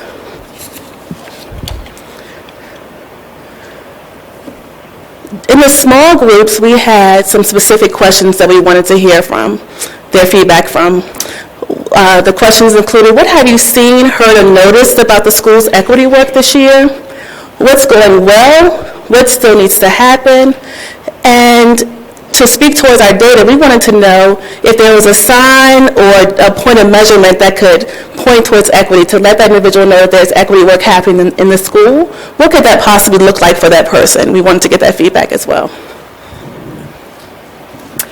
We promoted the event in a variety of ways, all the usual suspects and a little bit more. I think the little bit more would probably be the printed flyer that went home and the insert in the Daily Progress that went out on the Sunday paper that week. And in addition, our community partners themselves helped get the word out a little bit. During the week of the events, we had media, I think most nights, to help spread the word. The attendance at CHS was a measurable estimate, so if anybody was at one of these meetings and can help me with the numbers a little bit, we were shorthanded that week. Somebody left me, but she is feeling better now, and I'm super glad that she's feeling better now. I'm super glad as well. So we had, I think, 60 at CHS.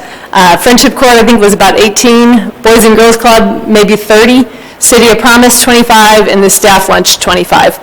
And I don't know for the student numbers, I'm not sure if we've figured out, it's we're having an opt-in process about a survey that students are going to be doing soon, so we'll base our numbers off of the interest, I think, at CHS. One point to keep in mind is regarding the representation. The representation was not representative of the city as a whole, the adult population of the city as a whole, or certainly not of our student population.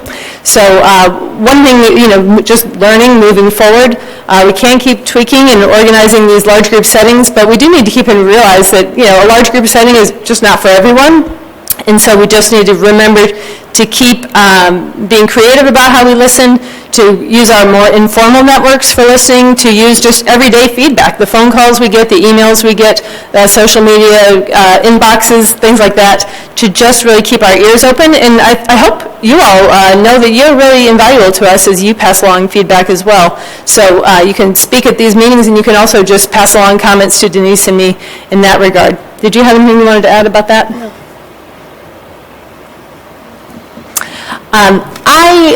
At the end of each group, we had each group, when we came back together as a big group, we asked the group to just pass along one big idea that they would like to share with the whole group. The number one big idea, which is why I have it in a bigger font there, it came up, I think, maybe 3 out of the groups recommended that we listen to and support our students and staff because they're really the ones who live this every day, and so they are our experts. So that's the key takeaway as self-reported by the small groups. I don't want to read through all of these, but if you have questions, I'm happy to jump in. Do you mind if I ask this question? Mm-hmm. I know the things were last week, and I would just love to see what ideas you guys have for implementing how we can listen and support our students and staff in this experience. So yeah, maybe you talk about that later, but I would... I actually do think we need to do some creative thinking about this as well, because really if you think about like a lunch for 25 staff members, staff were also invited to come to the meetings, and I know we did have staff at, I think, every single meeting, but not 50 staff members, not 100 staff members, right? So, and we have invited staff to fill out a form online if they were not able to attend the meeting, but I don't think we've had very much response to that. So we really are going to have to be responsive. We've had, last year, over the course of these, we had different numbers when we did this. 25 at any one meeting, that's probably about as many as we've had at one single staff meeting asking for feedback.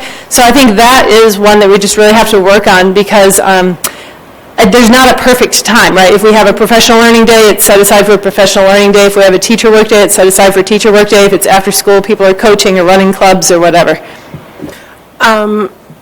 Beth, I don't know if you were here then. You may have been, but I know Juan was on the board then. But we did several teleconference board meetings where the parents, students, or whomever was interested in whatever the topic was at that particular time, and it may have been the budget, they called in. Mm-hmm. We were all here because we were just all here. That being said, the numbers of people that were able to call in, because they didn't have to get up and come somewhere. So if we were at home, we could call from dinner. If we were in the car and you were on your phone. But people may have been on their phones in the car. But more people, I was surprised at the numbers of people that were able to call in and participate. And maybe we need to look at doing 2 or 3 of those, whether the board members will all be here assembled to hear it, or whether you and Denise select people just to be there, and it was recorded so you could hear what people were saying. And often with people's busy times, it's nice to be able to video chat, video conference, webinar, Zoom, Skype, whatever. But, the call-in may also work. So we may have to look at doing something of that nature. I'm a fan of meeting people where they are. And so one method won't work for everyone. I think there's a place for larger meetings, there's a place for smaller meetings, there's a place for teleconferences, and there's a lot of value in just one-on-one conversations where I make myself or we make ourselves available for those conversations. And so I think we just have to think out of the box and continue to get those that feedback any way that we can.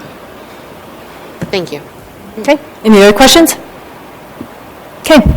As I say, I don't really want to read through all these slides very much, but you can do so on your own. Denise and I will be pouring through this later.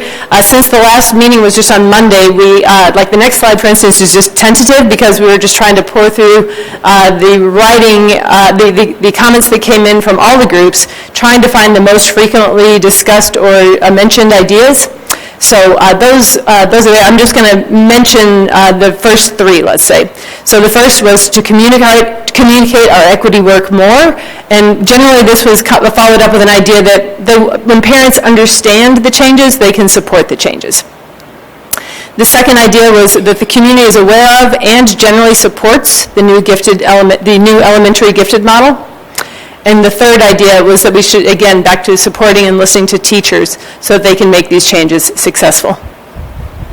I also like number 7, listen to the students to inform the work and then communicate that to the community. I do think in an absolutely transparent way, and students hold us accountable in so many ways. And, honestly, a lot of that video, which we did not see, but allegedly had a lot of positive things to say about the gifted program.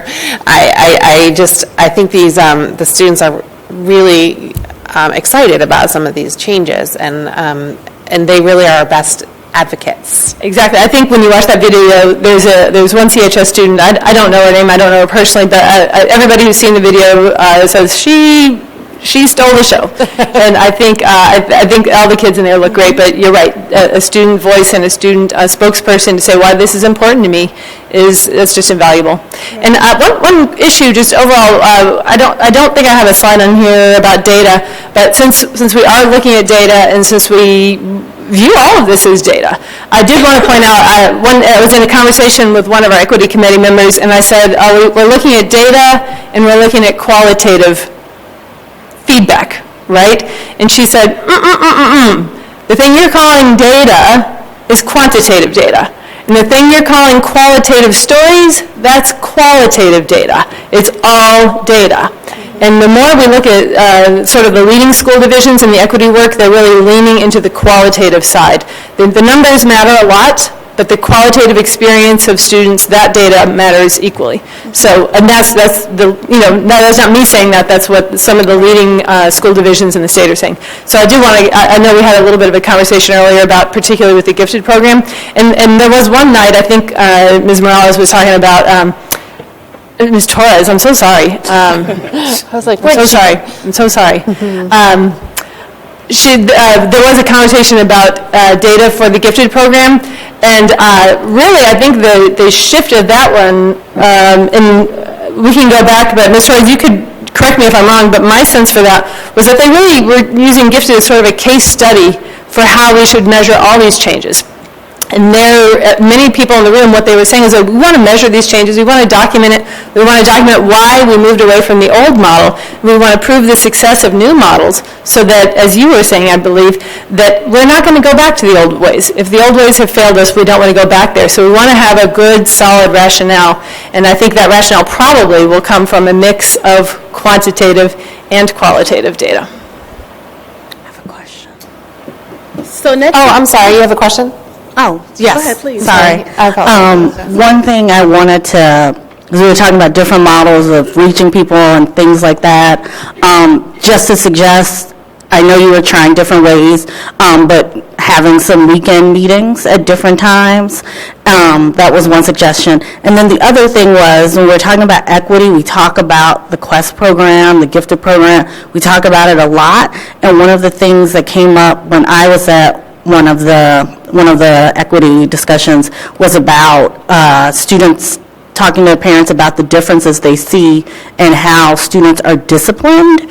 And so, you know, I know you all are looking at everything, but that was something that we talk about, and then sometimes it kind of gets buried when we're talking about the gifted program. And so I thought that that was an important thing to make sure that we're giving that as much attention as we are to the gifted program. Thank you for that. And I don't believe I put a draft list or people's contributions to possible data, but one of the things we compiled this week was truly just setting aside that one question aside, how would you know that we've made progress on this? Mm-hmm. Many of the people who answered that did have quantitative data points on there. Some of them had qualitative data points on there, but several of them were in reference to either suspension or some sort of discipline type thing. So I think you are right. That is one element of what the community wants us to be looking at. And that's a great reminder that equity is multi-layered. There's so many levels to equity in the work that we're doing. And so we have to continue to make sure we're looking at all of those, even those micro moments as well. So we just are making sure that we have a holistic view of the equity work that we want to accomplish as the division. Absolutely. Thank you for that.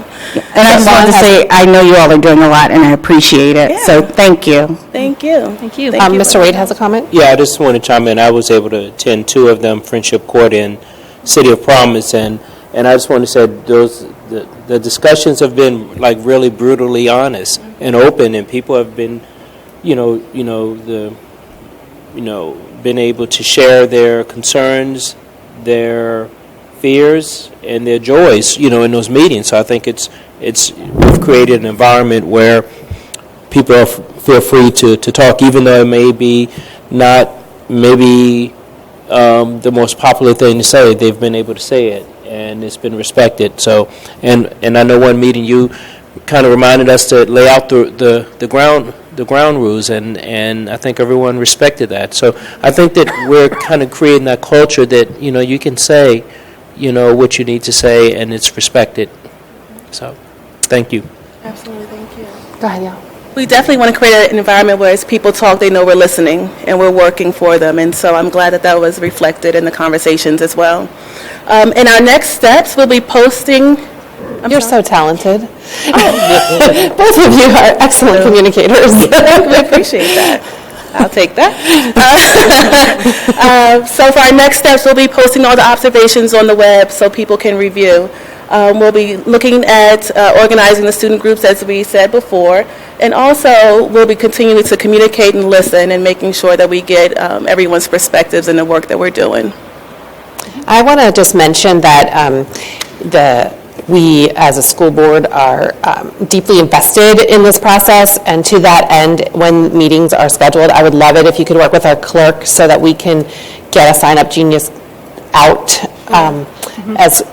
so that we are aware of it and also have representatives there, because we really do want to hear, just like you all, from the community, so that we can just have this lens constantly working here. Right, absolutely. That is a good reminder, but I want to give a shout out to Leslie Thacker, because she did in fact have the sign-up genius, without Denise or me remembering it, she had the sign-up genius ready and waiting for these meetings. I asked her. Thank you. Thank you. All right. As soon as I see the meetings on the public account, I'm like, what is happening here? So I just want to, Thank you for that reminder then. Yeah, I just want to have the communication between us and y'all as much as possible. Thank you. Love it. And I do want to thank the board members who came. We had board members at every meeting, and I appreciate that.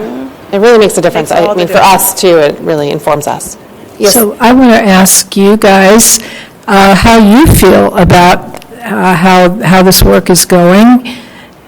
and what else you'd like to see happening as we continue this process. The equity work as a whole, or these sets of conversations in particular? I would say the equity work as a whole. I would just use these conversations as a bit of a lens, because I will say, again, we viewed this exercise as something like what we did maybe in January of last year, where we had a meeting to the community and saying, here are the 32 big ideas we've heard from the community. Is this approximately the right direction? And at that point, they said yes.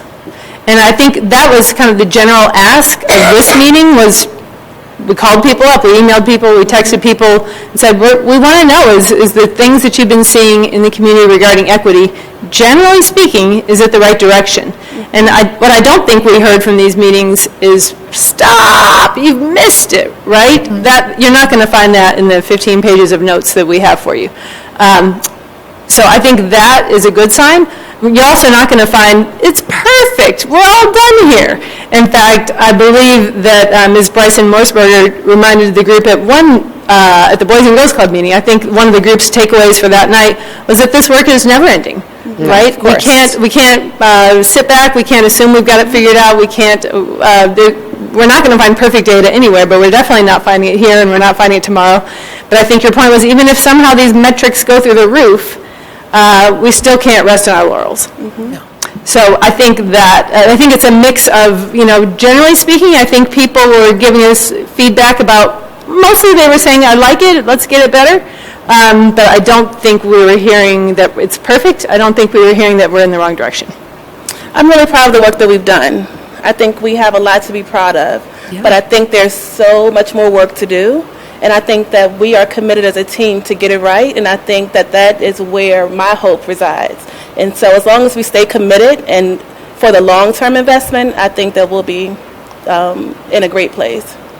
So I would just like to note, one of the things that we've asked, I think the superintendent, is to have an equity update every month, and just to, whatever that means. It could be literacy, it could be gifted, it could be so many different things. So I would really encourage you all to work with Dr. Atkins to kind of drive that agenda item a little bit, because I feel like you all really have your finger on the pulse of what's happening. So I appreciate it.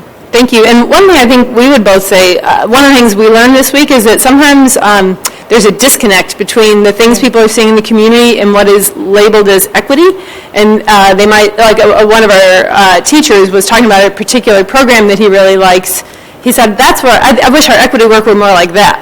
Like getting the right tools and programs into the hands of our teachers is, in fact, part of our equity work. Absolutely. So I think 100%. We need to try to really help the community and even help our own staffs, even help our own selves, just really wrap our minds around the breadth of, it's not a slim program. It's not designed to get test scores up. It's not, there's no one tiny little sliver that is equity. And so when we do those presentations, we just need to, almost any presentation in front of the board, or maybe every presentation in front of the board, should be an equity presentation. Great point. Yeah. Yes, Ms. Torres? Kind of aligned with that, and in the one meeting, the first meeting that I guess we attended, so one of the themes, as you mentioned, was communication. Actually, it was a second meeting. And there were several new parents to the community, so first year, so kind of missed how we got here and didn't know. And they made a point and felt very comfortable stating that, we don't really understand why this is happening. And so that's just a good reminder that we do have new people coming into this process with us. And I was trying to reflect, and I believe somebody had mentioned just different ways of communicating that out. And I know that we are looking at equity dashboards and all of those types of things, and that's down the line a bit. And then I started to reflect on, okay, well, what do we put out weekly or monthly on a fairly consistent basis? And I was looking at Chrissy's little emails and notices that she puts out. And when you start looking at those, almost everything that's in those, again, is really related to equity. But I wonder if within those, whether they're going out as an email blast, that we also include a link to the equity part, or that we even just label it, equity happenings this month or something. I don't know, just so it's just a constant. I mean, obviously we can continue to discuss this, and Thank you. but I think just a good reminder, because really, I mean, I just sat here and looked at like 4 or 5 of her recent emails, and it really is all equity stuff. And sometimes that's more explicit, sometimes it's more indirect, but when we sit down to choose those, most frequently we're just choosing the social media posts that have risen to the top, and they almost invariably have, speak to our equity commitments. But I did that, as I said, for me, that was one of the takeaways from this week, is that people are listening specifically for the word equity. And if they don't hear the word equity, they just think we've made a change to the gifted program, and that's gifted, and equity is over here.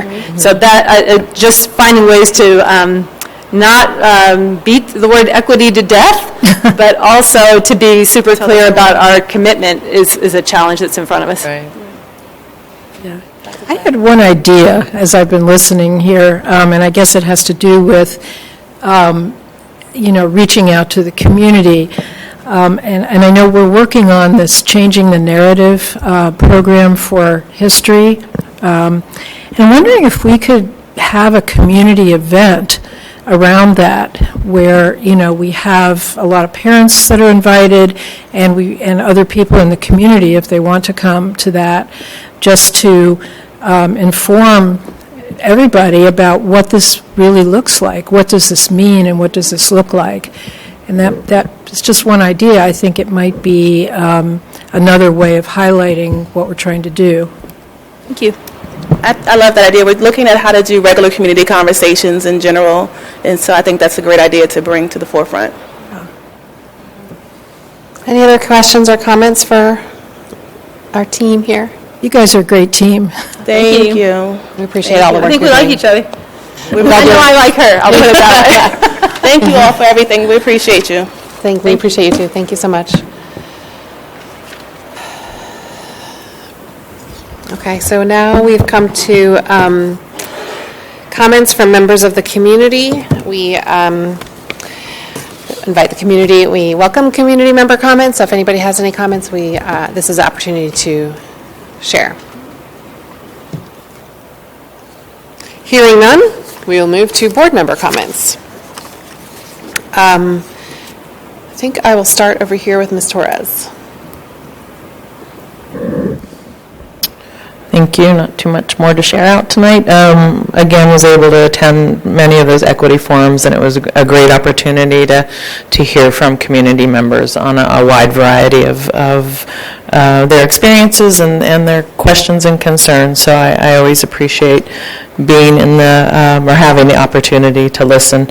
Was able to attend our special ed advisory committee meeting at Jackson Via last night. And thanks to Dr. King for presenting and sharing out some questions that some of the parents had on budget and on the report that they had presented to the board a month or two ago, I believe. So appreciated that. And wanted to remind everybody that Monday, March 9th, here at Charlottesville High School, the community is invited to come and attend Virginia's Strategic Plan for Diversity and Inclusion, and Dr. Underwood, who was appointed by the governor, is going to come and present kind of their template for diversity and inclusion, and in collaboration, I believe, with, I'm drawing a blank on his name, from UVA. And Denise isn't here. Kevin McDonald, Dr. McDonald. So it's a great opportunity, I think, to come and be part of that and hear what they have planned. And they're actually going around the state, I think, 5 different locations and holding public forums. And that is, again, on Monday, March 9th from 6 to 8:30 here in the Media Center. So I hope everybody can make that. And just want to thank everybody for all their hard work. Mr. Wade? Yes, I just want to let people know about the Liberation and Freedom Days events. It's been going on all this week. There's actually some time to get an item, one thing done today is from 7 to 8:30 is Hush Harbor it's a concert at the Haven.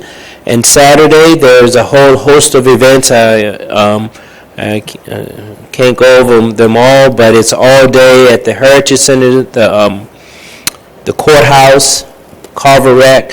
So and there's events also Sunday that was going to take place at City Space, where Dr. Jessica Young Brown will be speaking at the City Space, and that's going to be from 2 to 4. And you can find this information at the Jefferson Center Heritage site. Just go on the calendar and events. Ms. Perrier?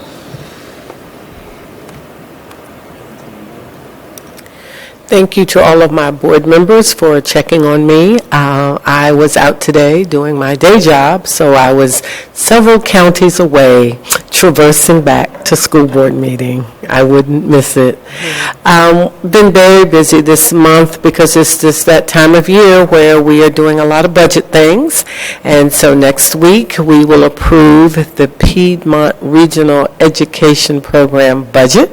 And I want to thank all of the superintendents and directors for their hard work in getting a budget that is balanced, but it will also allow the divisions not to incur major increases, which this year all school divisions are very concerned about because of the impact that the LCI has had on many of those divisions that are in prep.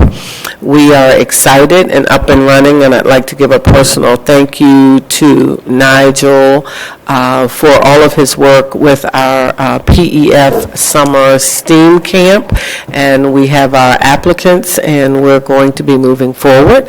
And we're excited once again to be hosting the PEF camp at UVA with students from Charlottesville and Albemarle County, rising 7th and 8th graders. The City of Promise, as you heard, was one of the locations for the equity meetings, and so they are continuing to work and improve the life of the members of the footprint, especially with our students, and we're looking at very exciting things coming forth for the students in the footprint, and making sure that our youth council continues to be a strong youth council, and that we're in our buildings lending the type of support that we need to lend to the students in the footprint. I don't think there have been any other meetings that are from a committee standpoint, and if they are, I will remember them next month. Dr. Kraft? Yes, well, there was one meeting, Ms. Perrier, that we went to last night.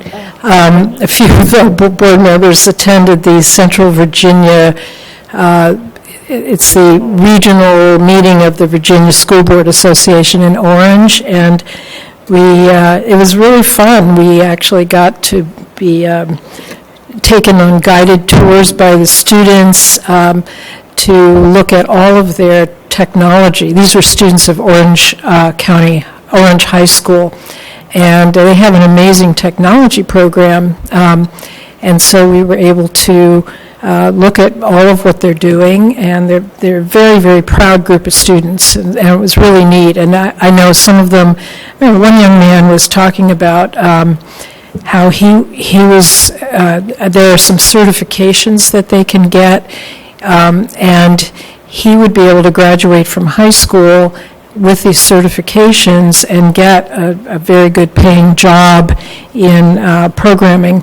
And I thought that's very cool. So that was a fun meeting.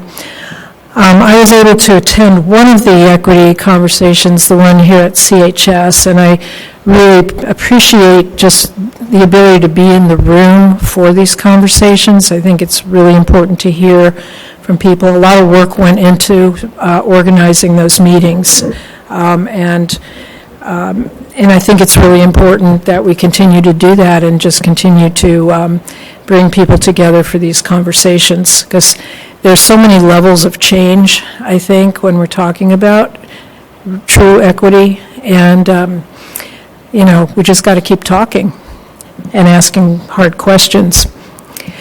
One fun thing that I did, I guess it was last Friday, I went to Buford's African American History Month play that they put on called When Our Ancestors Came to Dinner, and it was really remarkable. It was a student production, and, lots of, singing and dialogue, and they even had Barack and Michelle Obama there. So I thought, yeah, it was really an amazing program that they put together. And the other thing that I've been doing is just sometimes board members sort of do things behind the scenes, and they're not public meetings, but I think in support of our budget and trying to make sure that the needs of our school division are understood properly, and that we get the support that we need. So I've been spending a fair amount of time doing that. And that's it.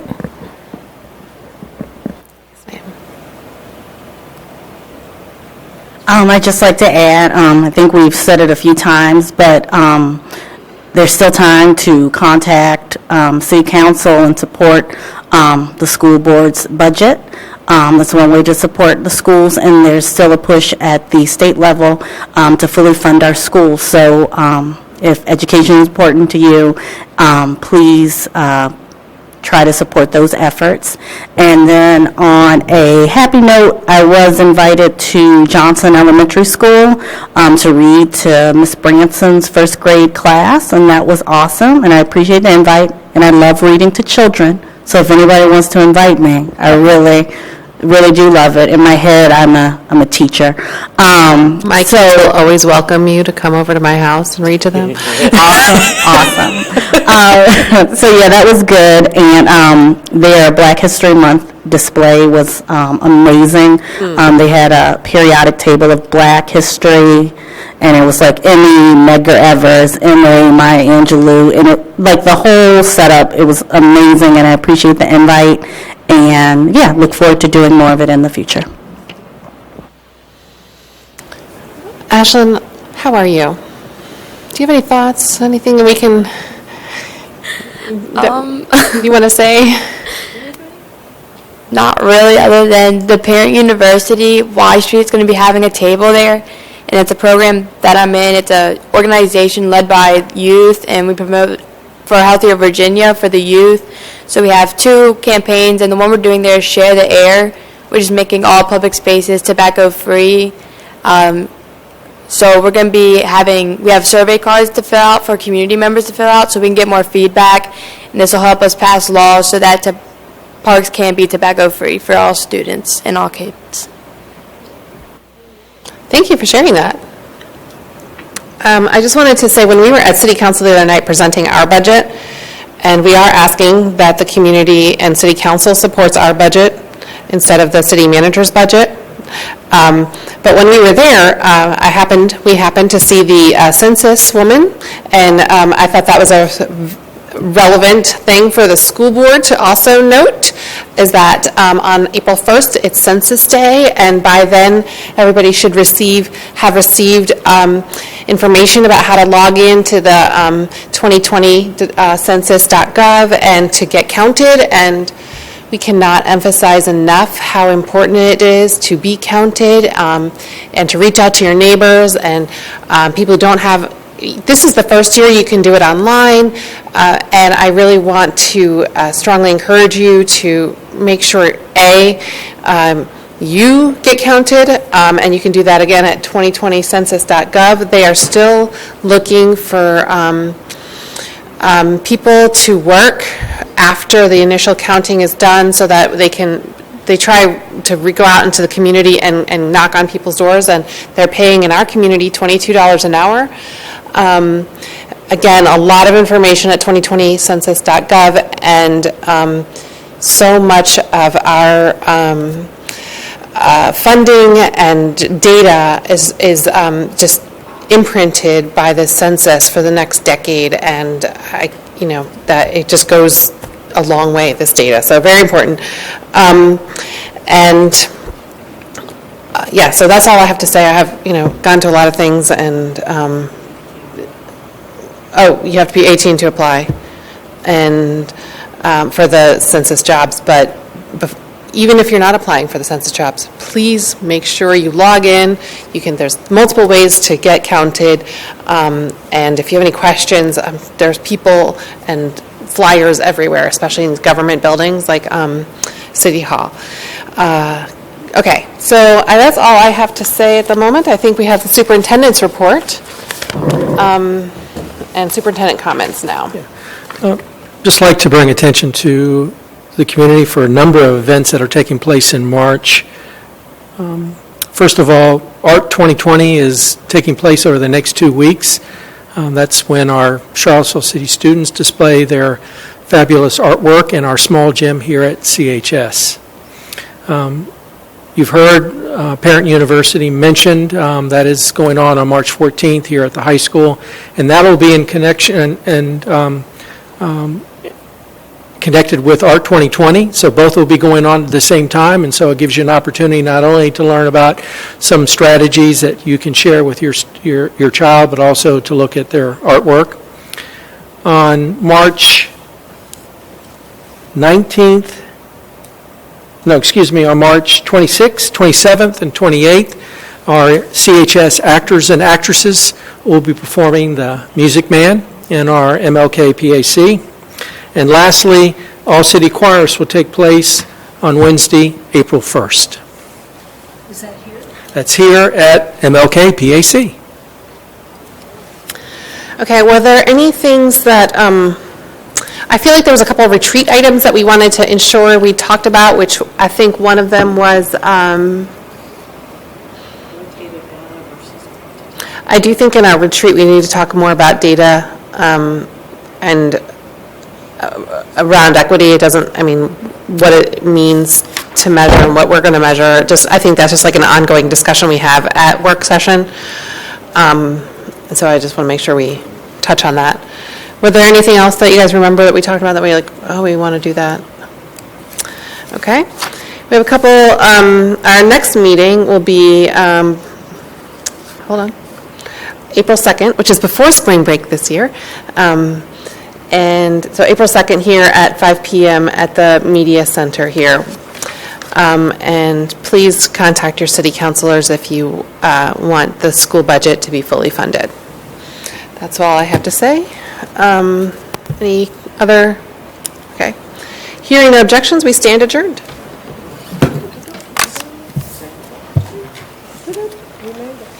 Thank you, Jim.